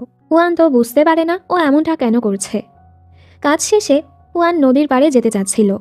হাইমিং ওকে সেখানে নিয়ে যায়, কিন্তু পানি দেখে হাইমিং ঘাবড়াতে থাকে। হয়তো ছোটবেলায় ও পানিতে ডুবে গিয়েছিল, যে কারণে ও এখনও ভয় পায়। ওকে এভাবে দেখে হুয়ান ওকে সামলায়। পরদিন হাইমিং বিজনেস ট্রিপের জন্য ইতালি চলে যায়। 3 দিন পর হাইমিংয়ের ফিরে আসার কথা, কিন্তু তখনই ওরা জানতে পারে যে ফ্লাইটে হাইমিংয়ের আসার কথা সেটার কোনো খবরই নেই। এই শুনে সবাই চিন্তায় পড়ে যায়। হুয়ান ছুটে এয়ারপোর্টে যায় আর ভাবতে থাকে ও তো মেইন লিড, ওর কিছু হতে পারে না। তখনই হাইমিং পেছন থেকে চলে আসে। ওকে ঠিক দেখে হুয়ান জলদি ওকে জড়িয়ে ধরে। হাইমিং ওকে এভাবে দেখে বলে, সরি তোমাকে চিন্তায় ফেলার জন্য, আমার ফ্লাইটটা মিস হয়ে গিয়েছিল, এজন্য দেরি হয়েছে, আর ওই ফ্লাইটটাও সেফলি এখানে পৌঁছে গেছে। হাইমিং খুশি হয়, ও বুঝতে পারে হুয়ান ওর জন্য কতটা চিন্তা করে। তখনই এখানে জাওশু চলে আসে, মানে হুয়ানের বয়ফ্রেন্ড। আসলে হাইমিং ইচ্ছে করেই হুয়ানের সাথে ওর বয়ফ্রেন্ডের সামনাসামনি করালো। জাওশুর সাথে ওর আরেক গার্লফ্রেন্ড ডিয়ান ছিল। জাওশু এমন নাটক করে যেন হুয়ানকে চেনেই না। হুয়ান বলে, আমরা তো স্কুলে ক্লাসমেট ছিলাম। জাওশু বলে, হ্যাঁ হ্যাঁ। ডিএন আবার হাইমিংয়ের ফ্যামিলি ফ্রেন্ড, ও অনেক ধনী, এজন্যই তো এই ছ্যাঁচড়া আবার ডিএনকে টার্গেট করেছে। হাইমিং চাচ্ছিল এই ছ্যাঁচড়ার ব্যাপারটা সামনে আসুক, তবে হুয়ান তো এখানে কিছুই বলে না। এরপর ওরা চলে যায়। ডিএন ওর উপর রেগেছিল, তুমি কেন কারো সামনে আমাকে গার্লফ্রেন্ড হিসেবে পরিচয় করাও না। ও বলে, আমি তো এখনও তোমার যোগ্য হইনি, যোগ্য হওয়ার পরই আমি সবার সাথে তোমার পরিচয় করাবো। এখানে মামলা সামলে এরপর এই ছ্যাঁচড়া হুয়ানের সাথে দেখা করতে যায়। হুয়ানের তো অনেক রাগ হচ্ছিল। হুয়ান তো চাচ্ছিল ওকে অনেক অপমান করে ছ্যাঁচড়াটাকে পিটিয়ে ভত্তা বানিয়ে ব্রেকআপ করে ফেলতে, কিন্তু গেম ওকে সেই পারমিশন দেয় না। জাওশু ব্রেকআপ চাইলেই ব্রেকআপ করতে পারবে। হঠাৎ করেই জাওশু বলে, দেখো বেবি, আমি শুধু তোমাকেই ভালোবাসি, আমার ফিউচারটা ভালো করার জন্যই আমি ডিয়ানকে ব্যবহার করছি। একবার লাইফটা সেট হয়ে গেলে আমি তোমার কাছেই ফিরে আসব, চলো আপাতত আমরা ব্রেকআপ করে নেই। ও তো ভেবেছে হুয়ান কান্না টান্না করবে, কিন্তু হুয়ান তো সেই খুশি, ছ্যাঁচড়া কোথাকার, ব্রেকআপ তোর সাথে। আর হ্যাঁ, আমি এতদিন তোর পিছু যত টাকা খরচ করেছি ইন্টারেস্ট সহকারে সেগুলো ফেরত দিবি। এমনকি যাওয়ার সময় ওর মুখে পানিও ছুঁড়ে যায়। ও তো বিশ্বাসই করতে পারে না হুয়ান ওর সাথে এমনটা করলো। পরের দৃশ্যে ডিয়ান হাইমিংয়ের সাথে কাজের ব্যাপারে কথা বলতে আসে। হাইমিং বলে, ওই দিন তোমার সাথে যে ছেলেটা ছিল আমার তো মনে হয় না ও শুধু তোমার ক্লাসমেট। ডিয়ান বলে, তোমার চোখে তো কিছুই লুকানো যায় না, আসলে আমরা 3 বছর ধরে ডেট করছি। ডিয়ান ওকে অনুরোধ করে যেন জাওশুকে ওদের কোম্পানিতে ইন্টারভিউ করার সুযোগ দেয়। পরদিন জাওশু ইন্টারভিউর জন্য আসে। হাইমিং তো ওকে চাকরি দিবেই না, ও তো জানে এই ব্যাটা কতটা খারাপ। কথায় কথায় হাইমিং বের করে ফেলে ওর আগেও একটা গার্লফ্রেন্ড ছিল যে ওর আর্থিক সাহায্য করত। জাওশু সব দোষ হুয়ানেরই দিচ্ছিল। আমি চলে যাওয়ার পর ও একা ফিল করছিল, এজন্য আমাকে ছেড়ে অন্য একজনকে খুঁজে নিয়েছে। হাইমিংয়ের তো অনেক রাগ হয়, ও তো সত্যটা বের করেছেই। এজন্য ও বলে, যাই হোক তোমার উচিত তার টাকা ফেরত দেয়া, আর ওকে কথা শুনিয়ে চাকরিতেও রাখে না। এতে তো জাওশুর অনেক রাগ হয়। হোটেলে ফিরেও ও অনেক চিল্লাপাল্লা করছিল। দূর থেকে ডিয়ান এই সব কিছুই দেখে, ওরও জাওশুর উপর সন্দেহ হয়। এদিকে জাওশু ভাবে হুয়ানি হয়তো হাইমিংকে কিছু বলেছে, এ কারণেই ওর চাকরিটা হয়নি। এজন্য ও কী করে, স্কুলের কিছু বন্ধুদেরকে ডেকে মিথ্যে কাহিনী শোনাতে থাকে, আমি হুয়ানকে এতটা ভালোবাসলাম আর ও একটা ধনী ছেলের জন্য আমাকে ধোঁকা দিয়েছে। এই শুনে তো সবাই হুয়ানকে খারাপ বলতে থাকে। ম্যাং ম্যাং যখন গ্রুপের মেসেজের মাধ্যমে এসব কিছু জানতে পারে, ও তো রেগে জাওশুকে পেটাতে চলে আসে। তোমার সাহস কি করে হয় হুয়ানের নামে এসব বলার?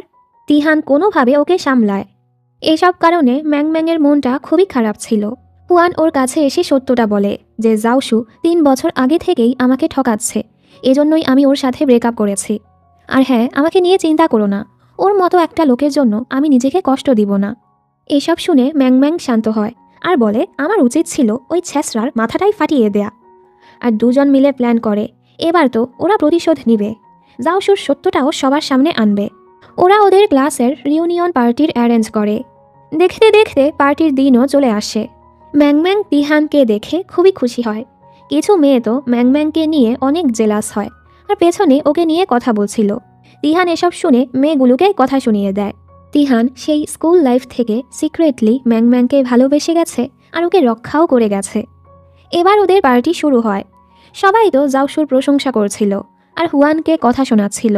এবার হুয়ান জাওশুর সত্যটা সবার সামনে নিয়ে আসে যে এত বছর জাওশু কিভাবে ওর থেকে টাকা নিয়েছে, এমনকি ওকে ঠকিয়েছে।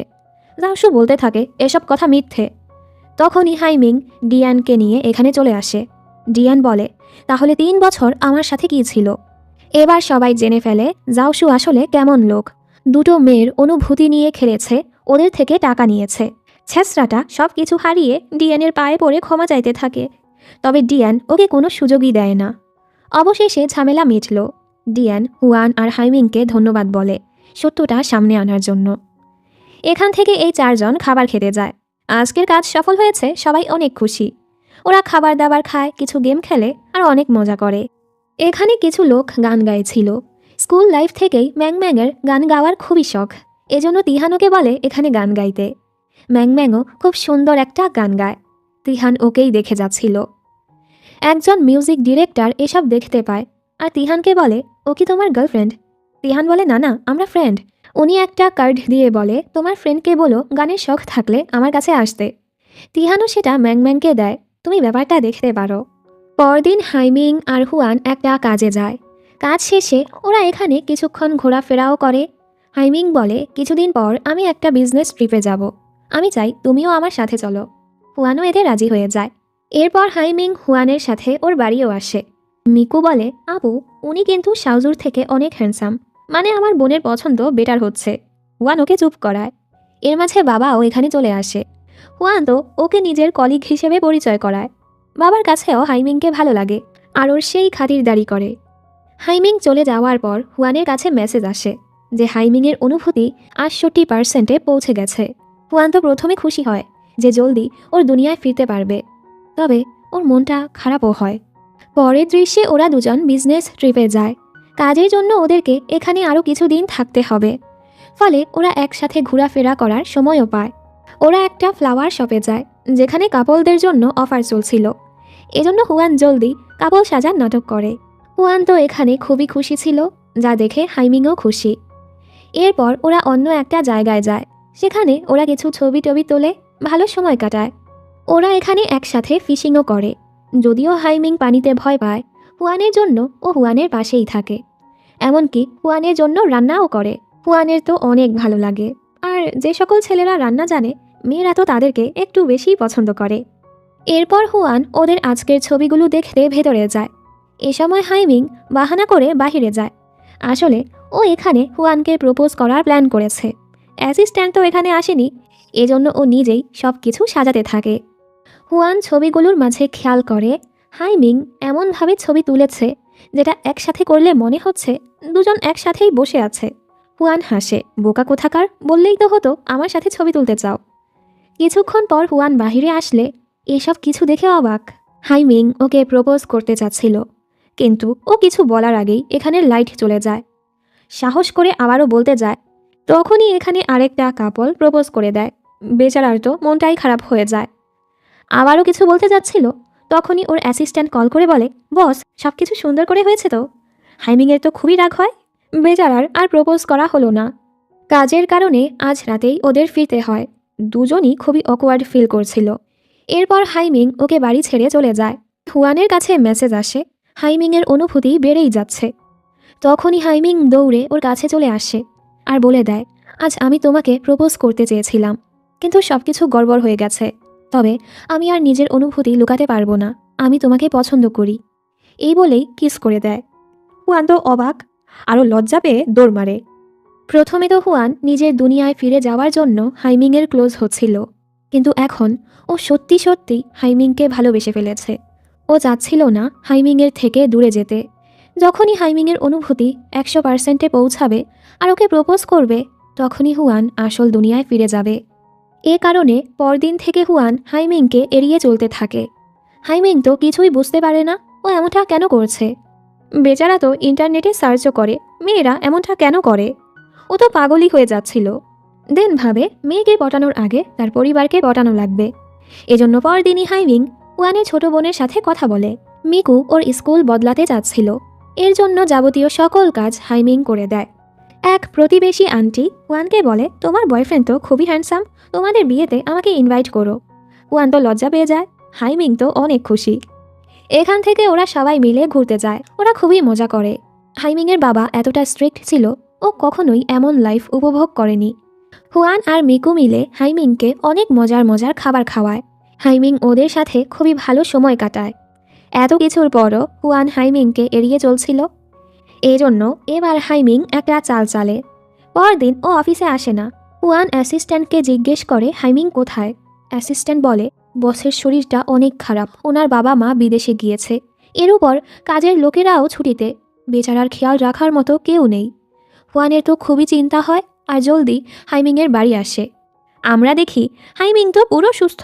অ্যাসিস্ট্যান্ট ওকে জানায় হুয়ান চলে এসেছে, আরও জলদি অসুস্থ হওয়ার নাটক করে। হুয়ান ওর খেয়াল রাখতে থাকে আর থার্মোমিটার দিয়ে ওর জ্বর চেক করছিল। হাইমিং তো এখানেও চিটারি করে। হুয়ান তো অবাক, তোমার এত জ্বর, আমাদের এক্ষুনি হাসপাতালে যাওয়া উচিত।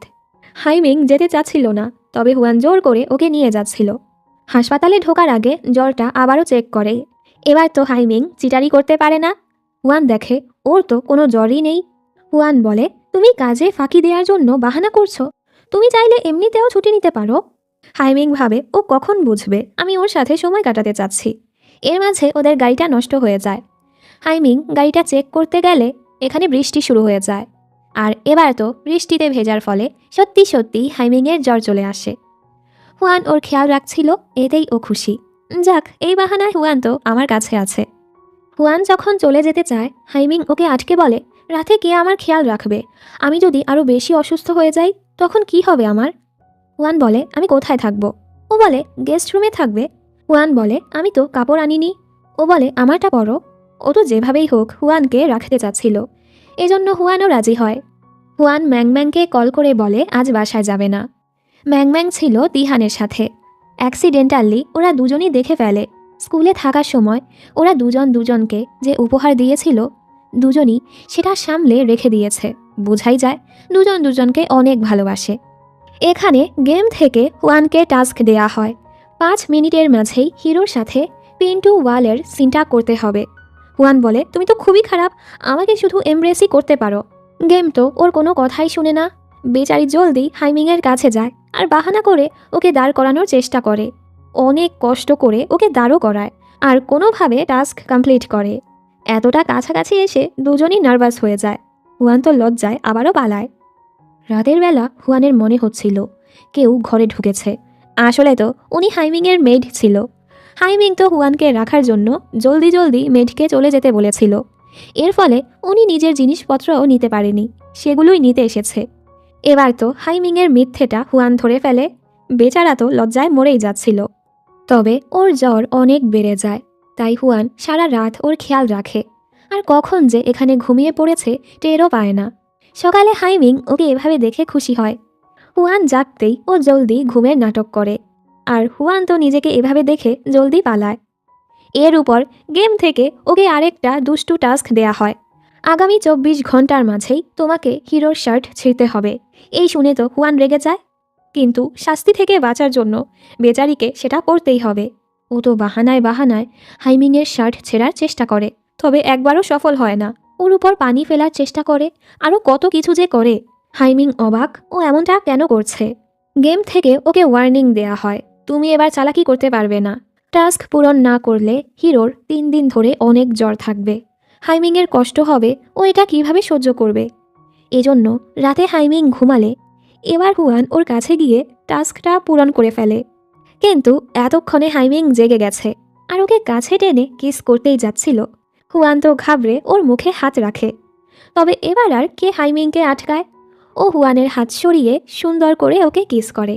হুয়ানও এক মুহূর্তের জন্য ওকে জড়িয়ে ধরে, দেন আবারও লজ্জায় দৌড়। পরদিন হাইমিং ঘুম থেকে উঠার আগেই ও গায়েব। অফিসে আসার পর ও তো হাইমিংকে দেখেই দৌড়। হাইমিং তো সারাক্ষণ ওকে দেখেই যাচ্ছিল, হুয়ান তো শুধু লুকাচ্ছিল। হুয়ান যখন লুকিয়ে লুকিয়ে কফি নিতে আসে, হাইমিং তো ওকে ধরে ফেলে, তুমি আর কতদিন আমাকে অপেক্ষা করাবে? কবে আমাকে তোমার উত্তরটা দিবে? কিছু এমপ্লয়িজ ওদের এভাবে দেখে ফেলে। হাইমিংয়ের এতে কিছুই আসে যায় না। ও তো ভালোবাসায় পাগল হয়ে গেছে। হুয়ান তো লজ্জায় মরেই যাচ্ছিল। হুয়ান এবার চাচ্ছিল হাইমিংয়ের অনুভূতিটা কমে যাক, কারণ ও এখন হাইমিংয়ের থেকে দূরে যেতে চাচ্ছিল না। তবে হাইমিং ওর প্রেমে পাগল হয়ে যাচ্ছিল। এখন তো অফিসের সবাই ওকে আজবভাবে দেখছিল, ওদের নিয়ে রিউমার ছড়াচ্ছিল। হাইমিং এতে খুশি হয়। একদিন হাইমিংয়ের বাবা হুয়ানকে কল করে বলে, আমি কিছুদিনের জন্য বিদেশে এসেছি, তুমি তো তোমার চাল চালতে শুরু করে দিয়েছ। তুমি যদি হাইমিংকে এতটাই ভালোবাসো, তুমি ওর জীবনে আসার পর ওর কোম্পানির উন্নতি হচ্ছে না কেন? হুয়ান বলে, সব কিছু হতেই সময় লাগে, আর ভালোবাসার সাথে কোম্পানির কী সম্পর্ক? এরপর হুয়ান ভাবতে থাকে কিভাবে কোম্পানির সেলস বাড়ানো যায়। এর উপর ওরা কাজ করা শুরু করে, একটা ম্যাগাজিন পাবলিশ করে। ওদের নতুন প্রজেক্ট স্যানিটারি ন্যাপকিনের বিষয়টা ফুটিয়ে তোলে। হাইমিংয়ের কাজ এখন সবার পছন্দ হচ্ছিল। ধীরে ধীরে কোম্পানির সেলসও বেড়ে যায়। কিন্তু হাইমিংয়ের বাবা ফিরে এসে এসব দেখে অনেক রেগে যায়। তুমি তো আমার মান সম্মান ডুবাচ্ছ, মেয়েদের জিনিস বানাচ্ছ, এখন নিজের চেহারা দিয়েও সেটা প্রমোট করছো। হুয়ান ওনাকে বোঝানোর চেষ্টা করে, আপনার ছেলে তো মানুষের ক্ষতি করছে না, ভালো কাজই করছে, এতে কোম্পানিরও লাভ হচ্ছে, এখানে তো লজ্জার কিছু নেই। হুয়ানের এমন আচরণে হাইমিংয়ের ভালোবাসা আরও বাড়ছিল। একমাত্র হুয়ানই ওকে এতটা ভালো করে বোঝে। কিন্তু তখনই ওরা জানতে পারে মিকুকে খুঁজে পাওয়া যাচ্ছে না। ওরা জলদি মিকুকে খুঁজতে বের হয়। একটা সময় ওরা মিকুর ব্যাগ খুঁজে পায়। হুয়ানের মনে পড়ে মিকু ওকে বলেছিল একবার শাওজু মিকুকে একটি জায়গায় ডেকেছিল, তবে মিকু সেখানে যায়নি। ওরা দুজন জলদি সেই লোকেশনে যেতে থাকে। আসলেই শাওজু মিকুকে আটকে রেখেছে হুয়ানকে ব্ল্যাকমেল করার জন্য। শাওজু ওর উপর চিল্লাতে থাকে, তোমার বোনের কারণে আমার সকল প্ল্যান ভেস্তে গেছে, আমি তো ওকে শিক্ষা দিয়েই ছাড়ব। হুয়ান জলদি ওর সামনে আসে আর ওকে ডিস্ট্র্যাক্ট করার চেষ্টা করে। তুমি যা ভোগ করছো এসব তোমার কর্মের ফল, তাই অন্যদের দোষ দেয়া বন্ধ করো। তখনই হাইমিং পেছন থেকে এসে ওকে বাড়ি মেরে বেহুশ করে দেয়। এই সুযোগে ওরা মিকুকে ছাড়াতে থাকে। শাওজু আবার হুশে এসে হুয়ানের উপর হামলা করতেই যাচ্ছিল। হাইমিং জলদি হুয়ানকে বাঁচিয়ে নেয় আর শাওজুকে পিটিয়ে বেহুশ করে দেয়। কিন্তু হাইমিং অনেক আঘাত পেয়ে গেছে, এর ফলে ওকে হাসপাতালে রেস্ট নিতে হবে। হুয়ানের অনেক কষ্ট হয় আর সিস্টেমে নালিশ করে, হ্যাঁ ওরা ফিকশনাল ক্যারেক্টার, কিন্তু ওদেরও তো একটা জীবন আছে, তোমরা এমনটা করতে পারো না। সিস্টেম বলে, তুমি এসব সিরিয়াসলি কেন নিচ্ছ? হুয়ান বলে, আমার কি হবে, আমি যে এসব কিছু অনুভব করছি। সিস্টেম বলে, তুমি আসল দুনিয়ায় ফিরে গেলে এসব কিছু তোমার স্বপ্ন হয়ে থাকবে, তো নিজের টাস্ক পূরণ করো। এতে হুয়ানের আরও কষ্ট হয়। এরপর ও আবারও হাইমিংয়ের কাছে আসে। হাইমিং বলে, তোমার উচিত তোমার বোনের কাছে যাওয়া। হুয়ান যাওয়ার সময় ওর পেজারটা ভুল করে এখানে ফেলে যায়। পরদিন সকালে হাইমিং পেজারটা দেখতে পায় আর ভাবে ওর কাছে তো ফোন আছে, এখনও এটা দিয়ে কি করছে। এরপর ও হাসপাতাল থেকে ডিসচার্জ হয়ে যায়। অ্যাসিস্ট্যান্ট জলদি ওদের দুজনকে একা ছেড়ে চলে যায়। মেইডরাও ওদের একা ছেড়ে দেয়, যেন ওরা একসাথে সময় কাটাতে পারে। হাইমিং যখন কাজ করছিল হুয়ান ওর কাজে সাহায্য করে, এমনকি ওর খেয়ালও রাখে। হাইমিং বলে, আমি জানি তুমিও আমাকে পছন্দ করো, এরপরও তুমি আমার থেকে কেন দূরে দূরে পালাও? হুয়ান চলে যেতে নিলে হাইমিং টেনে ওকে কোলে বসায়। হুয়ান বলে, কিছু জিনিস খুবই জটিল, তুমি বুঝবে না। হাইমিং বলে, সব কিছুই জটিল হয়, তবে আমি শিওর একদিন এর সমাধান হবে, আর আমি তার অপেক্ষা করেই যাব। অন্যদিকে ম্যাংম্যাংকে দেখানো হয় তিহানের সাপোর্টে ও আজ মিউজিক কম্পিটিশনে অডিশন দিতে আসে। প্রথমে ও নার্ভাস হলেও ওর তিহানের কথাগুলো মনে পড়ে, আরও সুন্দর করে গান গায়। আর হ্যাঁ, ম্যাং অডিশনে সিলেক্ট হয়ে যায়। এখান থেকে ওর মিউজিক ক্যারিয়ার শুরু হয়। আরও প্র্যাকটিসে ব্যস্ত হয়ে পড়ে। তিহানও সবসময় ওর খবর নেয়। একদিন হাইমিংয়ের মা হুয়ানকে কল করে ডাকে আর বলে যেন হাইমিংকে কিছু না জানায়। হুয়ান জলদি সেদিকেই যাচ্ছিল। হাইমিংও ওর পিছু পিছু সেখানে চলে আসে। ইদানিং উনি খুবই অসুস্থ ছিল আর বলে, আমি হাইমিংকে আর পেরেশান করতে চাই না, আগেও আমি ওকে কষ্ট দিয়েছি, এই বিয়েতে আমি কখনোই খুশি ছিলাম না। হাইমিং হওয়ার পর আমি সাইকোলজিক্যাল সমস্যায় ভুগতাম। একবার আমি ওকে নিয়েই সমুদ্রে আত্মহত্যা করার চেষ্টা করেছি। ছেলেটা এরপর থেকে পানির কাছে যেতেও ভয় পায়। আমি কখনো সাহস পাইনি ওর কাছে ক্ষমা চাইতে, তবে আমি ক্ষমা চেতে চাই, আমি ভালো মা হতে পারিনি। তুমি ওর জীবনে আসার পর ও অনেকটাই খুশি, তুমি সবসময় আমার ছেলেটার পাশে থেকো। এসব শুনে হাইমিং ভেতরে চলে আসে। হুয়ান ওনাদের একা ছেড়ে চলে যায়। হাইমিং বলে, মা আমি কখনোই তোমাকে দোষ দেইনি, তুমি আমার অনেক ভালো মা, আমি তোমাকে অনেক ভালোবাসি, তাই জলদি সুস্থ হয়ে ওঠো। এতদিনে হাইমিংয়ের হুয়ানের প্রতি অনুভূতি 100%-এ পৌঁছে গেছে। হুয়ান চিন্তায় ছিল। ও সিস্টেমকে বলে, আমি কি হাইমিংয়ের সাথে থাকতে পারি না? সিস্টেম বলে, না, তোমাকে রুলস মানতেই হবে।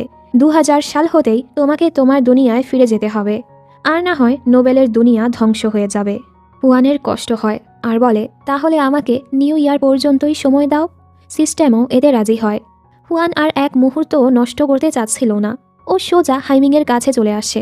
আমি ভয় পাচ্ছিলাম তোমার কাছে গেলে আবারও যদি তোমাকে হারিয়ে ফেলি। আমি আর সময় নষ্ট করতে চাই না, তোমাকে ডেট করতে চাই। আমরা একসাথে মুভি দেখতে চাই, অ্যামিউজমেন্ট পার্কে যেতে চাই, সব কিছু অনুভব করতে চাই। আর হ্যাঁ, তুমি আমাকে নিউ ইয়ারের আগে প্রপোজ করবে না। হাইমিং ওর কথা শুনে হাসে। হাইমিং বুঝতে পারে না ও কেন এতটা কাঁদছে। তবে এখান থেকে ওদের প্রেমটা শুরু হয়। মা যখন ওদের রিলেশনের ব্যাপারে জানতে পারে, মাও খুশি হয়। ওর মায়ের অবস্থা তেমন সিরিয়াস ছিল না, কিছুদিন রেস্ট নিলেই ঠিক হয়ে যাবে। এরপর দুজন একসাথে অফিসে আসে। ওয়ান তো ওদের রিলেশনটা সিক্রেট রাখতে চাচ্ছিল, কলিগদের দেখে ও লুকাচ্ছিল। তবে হাইমিংয়ের এতে কোনো সমস্যাই ছিল না, যেন ও নিজেই পুরো দুনিয়াকে জানাতে চায় ও আর হুয়ান ডেট করছে। এসবে তো হুয়ান আরও লজ্জা পায়। অন্যদিকে হাইমিংয়ের মা ডিসাইড করে ফেলে, এখন উনি নিজের জন্য বাঁচবে। যে মানুষটা তাকে ভালোবাসেনি তার সাথে থেকে সারা জীবন কষ্টই পেয়েছে, তো এবার উনি ডিভোর্স নেয়ার ডিসাইড করে ফেলে। হাইমিং আর হুয়ান একসাথে ছিল। এখন থেকে ওরা আরও বেশি বেশি সময় কাটাতে থাকে। একদিন ওরা স্কেটিং করতে যায়। হুয়ান ভাবে হাইমিং স্কেটিং জানে না। দেখো, তুমি একদমই ঘাবড়িও না, আমি খুব ভালো পারি, তুমি শুধু আমার সাথে সাথে থেকো। কিন্তু ও দাঁড়াতে গিয়েই টুস করে পড়ে যায়। মানে ও একদমই স্কেটিং জানে না। উল্টো হাইমিং খুব ভালো স্কেটিং পারে আর ওকেও শেখায়। হুয়ান তো লজ্জা পায়। আজ ওরা এখানে থাকারই ডিসাইড করে। দুজন একটা হোটেলে আসে আর একসাথে খুবই রোম্যান্টিক সময় কাটায়। ওদিকে তিহান তো প্রতিদিনই ওই সিঙ্গিং কম্পিটিশন দেখে, যেখানে ম্যাং ম্যাং পার্টিসিপেট করেছে। ম্যাং ম্যাং তো আজ গান গাওয়া শেষে তিহানের জন্য নিজের ভালোবাসাটা প্রকাশ করে দেয়। কিন্তু তখনই টিভিতে সমস্যা দেখা দেয়। তিহান বুঝতে পারছিল না কি করবে। ও জলদি ম্যাং ম্যাংকে কল করে বলে, আমি সেই স্কুল থেকে তোমাকে পছন্দ করি। আমি এতদিন নিজেকে তোমার যোগ্য মনে না করে তোমার থেকে দূরে ছিলাম। তবে আমি আর দূরে থাকতে চাই না, সারা জীবন তোমার সাথেই থাকতে চাই। আমি তোমাকে অনেক ভালোবাসি। তিহান জানতো না ম্যাং ম্যাং এখনও টিভিতেই ছিল। পুরো দুনিয়া ওর কনফেশন শুনে ফেলেছে। ম্যাং ম্যাং বলে, প্রমিসটা মনে রেখো, এখন থেকে সারা জীবন তুমি আমার। অবশেষে ওদের প্রেমটাও শুরু হয়। ম্যাং ম্যাং কম্পিটিশনে জিতে গেছে, এই খুশিতে সবাই একসাথে হয়। আজ আবার 31 ডিসেম্বর। সবাই নিউ ইয়ারের কাউন্টডাউন করছিল। ওয়ানের মনটা খারাপ যে আজকেই ওকে ফিরে যেতে হবে। হাইমিং ওকে অন্যদিকে তাকাতে বলে আর হঠাৎ করেই ওকে প্রপোজ করে দেয়। কিন্তু ওয়ান কিছু বলার আগেই একটা ট্রাকের সাথে ওর অ্যাক্সিডেন্ট হতেই যাচ্ছিল। তখনই হাইমিং ওকে বাঁচিয়ে নেয়। এর ফলে হাইমিংয়ের খুবই বাজেভাবে অ্যাক্সিডেন্ট হয়ে যায়। ওয়ানের দুনিয়াটা যেন ভেঙে যায়। ও কি করবে বুঝতে পারে না। আর মাইক নিয়ে বলতে থাকে, তোমরা সবাই একটা কমিকের ক্যারেক্টার। আমি 2025 সাল থেকে এখানে এসেছি। ও ইচ্ছে করে স্পয়লার দিচ্ছিল যেন হাইমিং বেঁচে যায়। যেহেতু ও বড় স্পয়লার করে ফেলেছে, সিস্টেম ঘোষণা করে, এবার তোমাকে কঠোর পেনাল্টি দেয়া হবে। এর সাথেই সময় কিছুক্ষণ আগে চলে যায়। কিন্তু এখানের কোথাও এখন হাইমিং ছিল না। হুয়ানের প্রতি হাইমিংয়ের সকল অনুভূতি মুছে দেয়া হয়েছে। এমনকি ওর আর হাইমিংয়ের ব্যাপারেও সবাইকে ভুলিয়ে দেয়া হয়েছে। এসবে হুয়ান অনেক কাঁদতে থাকে। ও এখন সিস্টেম থেকেও বের হতে পারবে না, আর এসব কিছু সহ্যও হচ্ছিল না। পরদিন হুয়ান যখন অফিসে যায়, কেউই ওকে চিনতে পারে না। অ্যাসিস্ট্যান্ট বলে, তুমি এখানে কি করছো? তোমার ফ্লোর তো নিচে। হাইমিং অফিসে আসে। হাইমিং ওকে চিনতে পারে না।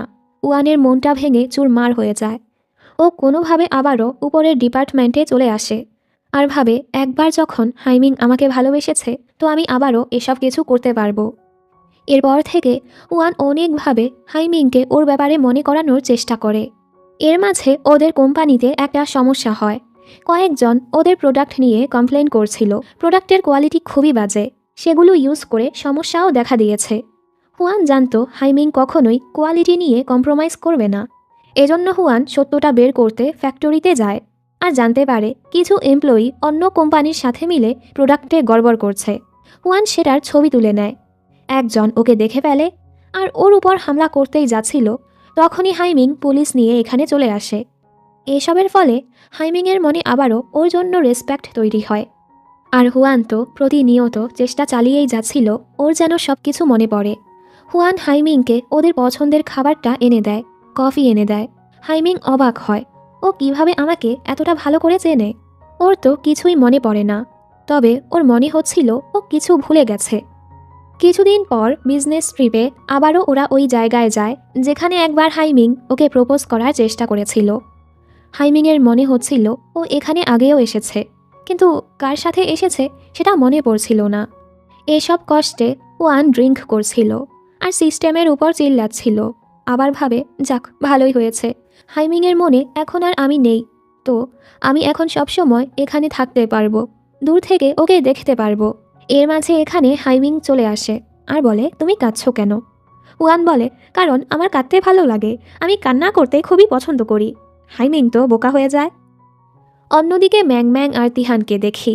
আজ তিহান ওকে বিয়ের জন্য প্রপোজ করে দেয়। এতদিন ওরা কত সময় নষ্ট করেছে, এখন আর কেন দূরে থাকবে? ম্যাং ম্যাং তো খুশি খুশি ওকে হ্যাঁ বলে দেয়। পরের দৃশ্যে অফিসের সবাই হাইমিংয়ের জন্মদিন নিয়ে প্ল্যান করছিল। ওয়ান কিছু আইডিয়া শেয়ার করে। অ্যাসিস্ট্যান্ট ভাবে, ও তো নতুন নতুন ট্রান্সফার হয়ে এখানে এসেছে, ও বসের ব্যাপারে এত ভালো করে কিভাবে জানে। দেখতে দেখতে হাইমিংয়ের জন্মদিন চলে আসে। ওয়ান খুবই সুন্দর করে সব কিছুর আয়োজন করে। হাইমিংয়ের এটা খুবই পছন্দ হয়। হাইমিংয়ের কাছে একটা জেট মডেল ছিল না, ওয়ান ওর জন্য সেটা উপহার হিসেবে এনেছে। এখানে ওয়ানজুনও আসে, আর হাইমিং ওর সাথে খুব ভালো করে কথা বলছিল। সবাই তো হুয়ানের ব্যাপারে ভুলেই গেছে, আর বলতে থাকে হাইমিং আর ওয়ানজুনকে একসাথে কতটা ভালো লাগে। এসব শুনে হুয়ানের অনেক কষ্ট হয়, এজন্য ও এখান থেকে চলে যায় আর বিচ সাইডে বসে ড্রিঙ্ক করছিল। যাওয়ার আগে ও হাইমিংয়ের উপহারটা রেখে যায়। হাইমিং সেটা দেখেই ওকে কল করে। হাইমিং যখন জানতে পারে ওয়ান বিচ সাইডে বসে ড্রিঙ্ক করছে, হাইমিংয়ের ওর জন্য চিন্তা হচ্ছিল। এর মাঝে হুয়ানের হাত থেকে ফোনটা পড়ে ব্যাটারি খুলে যায়, যার ফলে ফোনটা বন্ধ হয়ে যায়। হাইমিংয়ের আরও চিন্তা হয়। এই সময় ও সি সাইডেই ছিল, আর দেখে কেউ একজন পানিতে পড়ে গেছে। হাইমিং ভেবে নেয় হুয়ান মাতাল হয়ে পড়ে গেছে। যদিও ও পানিতে ভয় পায়, ও হুয়ানকে বাঁচার জন্য পানিতে ঝাঁপিয়ে পড়ে। ওয়ান তো সাইডেই ছিল। ও যখন জানতে পারে হাইমিং সাঁতার জানে না, ওয়ানও জলদি ওকে বাঁচানোর জন্য ঝাঁপিয়ে পড়ে আর জলদি হাইমিংকে সিপিআর দিয়ে বাঁচিয়ে নেয়। আর হ্যাঁ, এর ফলে হাইমিংয়ের সকল স্মৃতি ফিরে আসে। হাইমিংয়ের কষ্ট হয়, আমি কিভাবে তোমাকে ভুলে গেলাম, এতদিন তোমার কতটা কষ্ট হয়েছে। এরপর দুজনের প্রেম আবারও শুরু, দুজন একসাথে ভালো সময় কাটায়। পরদিন সকালে হুয়ান দেখে হাইমিংয়ের অনুভূতি আবারও 100% হয়ে গেছে। ওর তো কষ্ট হয়, ওকে ফিরে যেতে হবে, তবে যেটুকু সময় আছে ও হাইমিংয়ের সাথে সুন্দর করে কাটাবে। হাইমিং নিজে ওর জন্য কতগুলো নাস্তা বানিয়েছে। হুয়ান অনেক খুশি হয়। অফিসে ওরা আজ একসাথে আসে। সবাই তো ওদের দেখে অবাক, কবে থেকে ওনারা ডেট করতে শুরু করলো। ওদের কথা শুনে অ্যাসিস্ট্যান্ট বলে, অফিসে কাদের রোম্যান্স চলছে? আর বসের কাছে নালিশ করতে গিয়ে দেখে বসই উল্টো প্রেম করছে। হুয়ান হেসে চলে যায়। অ্যাসিস্ট্যান্ট বলে, বস, কবে থেকে আপনারা প্রেম করছেন? ও তো কিছুদিন আগেই এখানে আসলো। হাইমিং অবাক হয় যে সবাই ওদের ব্যাপারে সব কিছু ভুলে গেছে, যেন কেউ ইচ্ছে করে সবার স্মৃতি মুছে দিয়েছে। ব্যাপারটা ওর আজব লাগে। হাইমিংয়ের মনে পড়ে ও একবার হুয়ানকে পেজারে কথা বলতে শুনেছিল। ওর হুয়ানের আজব আজব আচরণগুলো মনে পড়ে। হাইমিং কিছুটা বুঝতে পারে। এভাবেই সময় পার হয়। লিদা ও কোম্পানি এখন আরও সুনাম কামায়। এবার তো হাইমিংয়ের বাবাও হাইমিংয়ের কাছে মাফ চায়। আমি তোমাকে ভুল বুঝেছিলাম, আসলে তো কোম্পানিটা তোমার কাছেই সুরক্ষিত। হাইমিং এতে খুশি হয়, আর হুয়ান ওর জন্য খুশি। দেখতে দেখতে চাইনিজ নিউ ইয়ারের দিন চলে আসে। হাইমিং হুয়ানের পরিবারের সাথে দেখা করে। হাইমিং নিজের পরিচয় দেয় ও হুয়ানের বয়ফ্রেন্ড। যদিও ওনাদের আগের কিছুই মনে ছিল না, এবারও বাবা আর মিকু ওকে খুবই পছন্দ করে। ওরা দুজনও খুবই খুশি। হাইমিং যখনই হুয়ানকে প্রপোজ করার চেষ্টা করছিল, হুয়ান সেটা এড়িয়ে যাচ্ছিল। ব্যাপারটা হাইমিংয়ের আজব লাগে, আর বলে, তুমি ভালো করেই জানো আমি কেন তোমাকে এখানে এনেছি। হুয়ান বলে, আমি তোমাকে কারণটা বলতে পারবো না, তবে আমি তোমার সাথে থাকার জন্যই এটা করছি। যদিও আমার কাছে একটা দিন থাকে, সেটা আমি তোমার সাথেই থাকতে চাই। হাইমিংও ব্যাপারটা বুঝতে পারে। আমার মনে হয় কেউ আমাদের ভাগ্যটা আগে থেকেই লিখে দিয়েছে, তুমি যেমনটা বলবে তেমনই হবে। রাতের বেলা সিস্টেম হুয়ানকে ওয়ার্ন করে, তুমি বারবার হিরোকে প্রপোজ করা থেকে আটকাচ্ছ। এজন্য সিস্টেমে কাউন্ট ডাউন শুরু হয়ে গেছে। 72 ঘন্টার মাঝেই প্রপোজ সম্পন্ন করতে হবে, আর তোমাকে ফিরতে হবে, না হয় কমিকের দুনিয়া ধ্বংস হয়ে যাবে। হুয়ান অনেক কাঁদে।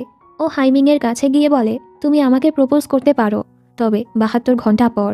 হাইমিংও বুঝতে পারে এরপরই হয়তো ওরা আলাদা হয়ে যাবে, এজন্য ওরা নিজেদের সময়টুকু সুন্দর করে কাটাতে থাকে। সন্ধ্যায় ওরা জানতে পারে ম্যাং ম্যাং আর তিহান বিয়ে করতে চলেছে। হুয়ানের মনে পড়ে, এর মানে কালকের অ্যাক্সিডেন্টেই তিহান মারা যাবে। এজন্য ও হাইমিংয়ের সাথে মিলে পরদিন তিহানকে ওদের সাথেই ব্যস্ত রাখে। ফলে তিহান আর সেই অ্যাক্সিডেন্টের জায়গায় যায় না। হুয়ান ভাবে, তিহানের ভাগ্যটা তো বদলে গেছে, তাহলে হয়তো আমার ভাগ্যটাও বদলাতে পারবো। তিহান বাড়ি ফিরলে ও আর ম্যাং ম্যাং খুবই ভালো সময় কাটায়। দুজন তো কত প্ল্যান করে, কিভাবে ওদের বিয়েটা হবে, বিয়ের পর ওরা কতটা খুশি থাকবে। পরদিন হুয়ান ম্যাং ম্যাংয়ের সাথে ওদের বিয়ের ড্রেস চুজ করতে যায়। কিন্তু তখনই খবর আসে তিহানের অ্যাক্সিডেন্ট হয়েছে, আর তিহান সেখানে মারা যায়। মানে ওরা যাই করুক, কাহিনী চেঞ্জ করতে পারবে না। হাইমিং বুঝতে পারে যেটা হওয়ার সেটা হবেই। ম্যাং ম্যাং তিহানকে হারিয়ে অনেক ভেঙে পড়ে। যে মানুষটাকে কতটা কষ্ট করে ও পেয়েছে, তাকে বেশি দিন কাছেও পেল না। এখানে হাইমিং আর হুয়ানের মনটাও খারাপ। আজই শেষ দিন। দুজন একসাথে ঘুরতে বের হয়। হাইমিং ওর সকল ইচ্ছেগুলো পূরণ করে, যেভাবে হুয়ান ওর সাথে জীবনটা কাটাতে চেয়েছে। এরপর ওরা ওদের পছন্দের অন্থনও খেতে যায়। হাইমিং আজ সেই শেফের থেকে রেসিপি নিয়ে নিজেই হুয়ানের জন্য অন্থন বানায়, আর সেই রেসিপির কাগজটা ওর পকেটে ঢুকিয়ে দেয়। এখন এটা দেখো না, ঠিক সময় হলে সেটা দেখো। এখান থেকে হাইমিং ওকে অ্যামিউজমেন্ট পার্কে নিয়ে আসে। দুজন এখানে অনেক ভালো সময় কাটায়। অবশেষে হাইমিং ওকে প্রপোজ করে দেয়। আমি জানি না আমরা এক হতে পারবো কি না, তবে আমি সব সময় তোমাকে ভালোবেসে যাব। তো আমার সাথে সারা জীবন কাটাবে তো? হুয়ান কাঁদতে থাকে। হাইমিং বলে, হয়তো আমাদের কাছে সময় নেই, 1 মিনিট হোক বা 1 সেকেন্ড, সেটাই আমার কাছে আমার সারাটা জীবন। হুয়ান কাঁদতে কাঁদতে ওকে হ্যাঁ বলে। দুজন নিজেদের শেষ মুহূর্তটা সুন্দর করে কাটায়। আর এর সাথেই হুয়ান গায়েব হয়ে যায়। হাইমিং কাঁদতে থাকে। ও বুঝতে পারে হুয়ান নিজের দুনিয়ায় চলে গেছে। অন্যদিকে হুয়ান লাইভ স্ট্রিম করতে করতে বেহুশ হয়ে গিয়েছিল, আর হুশে এসেই ও হাইমিংকে খুঁজতে থাকে। কিন্তু কেউই হাইমিংকে চেনে না। ও ওর ম্যানেজারকে জিজ্ঞেস করে, হাইমিং না কোম্পানিটা কিনতে এসেছিল? উনি বলে, কোন হাইমিং? দেন ও জানতে পারে আজ তো 16 ফেব্রুয়ারি। যেদিন ও কমিকের দুনিয়ায় গিয়েছিল ওই দিন ছিল 26শে ফেব্রুয়ারি। মানে ও কিছুদিন আগে ফিরে এসেছে। ও কমিকের দুনিয়ায় যে যে জায়গায় গিয়েছে সেই লোকেশনে গিয়ে জায়গাগুলো খুঁজতে থাকে, তবে কিছুই পায় না। হুয়ান হাইমিংয়ের দেয়া অন্থনের রেসিপিটা ওর পকেটে পায়, যেখানে হাইমিং লিখেছে, আমি তোমাকে অনেক ভালোবাসি, আমরা যেভাবেই হোক এক হবই, তুমি যেখানেই থাকো, যে দুনিয়াতেই থাকো, আমি সেখানেই পৌঁছাবো। এখানে আমরা দেখি আসল দুনিয়াতেও হাইমিংয়ের অস্তিত্ব ছিল। ওর কাছেও একটা পেজার আছে, যেটার মাধ্যমে ও নোবেল দুনিয়ার সব কিছুই দেখতে পায়। আসলে হাইমিং যখন প্রথমবার হুয়ানকে দেখেছিল, এর আগেই হাইমিং নোবেলের দুনিয়ায় গিয়ে ওদের লাভ স্টোরিটা এক্সপেরিয়েন্স করে এসেছে। এ কারণেই ও হুয়ানকে দেখে তাকিয়েছিল, আরও চেয়েছে যেন হুয়ানও নোবেল দুনিয়ায় গিয়ে এসব অনুভব করে। আর এখন হাইমিং বুঝতে পারে হুয়ান নোবেল দুনিয়া থেকে ফিরে এসেছে। আরও ভাবে, তুমি যেখানেই থাকো আমি তোমাকে খুঁজে বের করবই। ফেব্রুয়ারির 26 তারিখ চলে আসে। আজও হুয়ান লাইভ করে। আগে ভালোবাসা নিয়ে ওর যেমন ধারণা ছিল, এখন সেটা পুরো বদলে গেছে।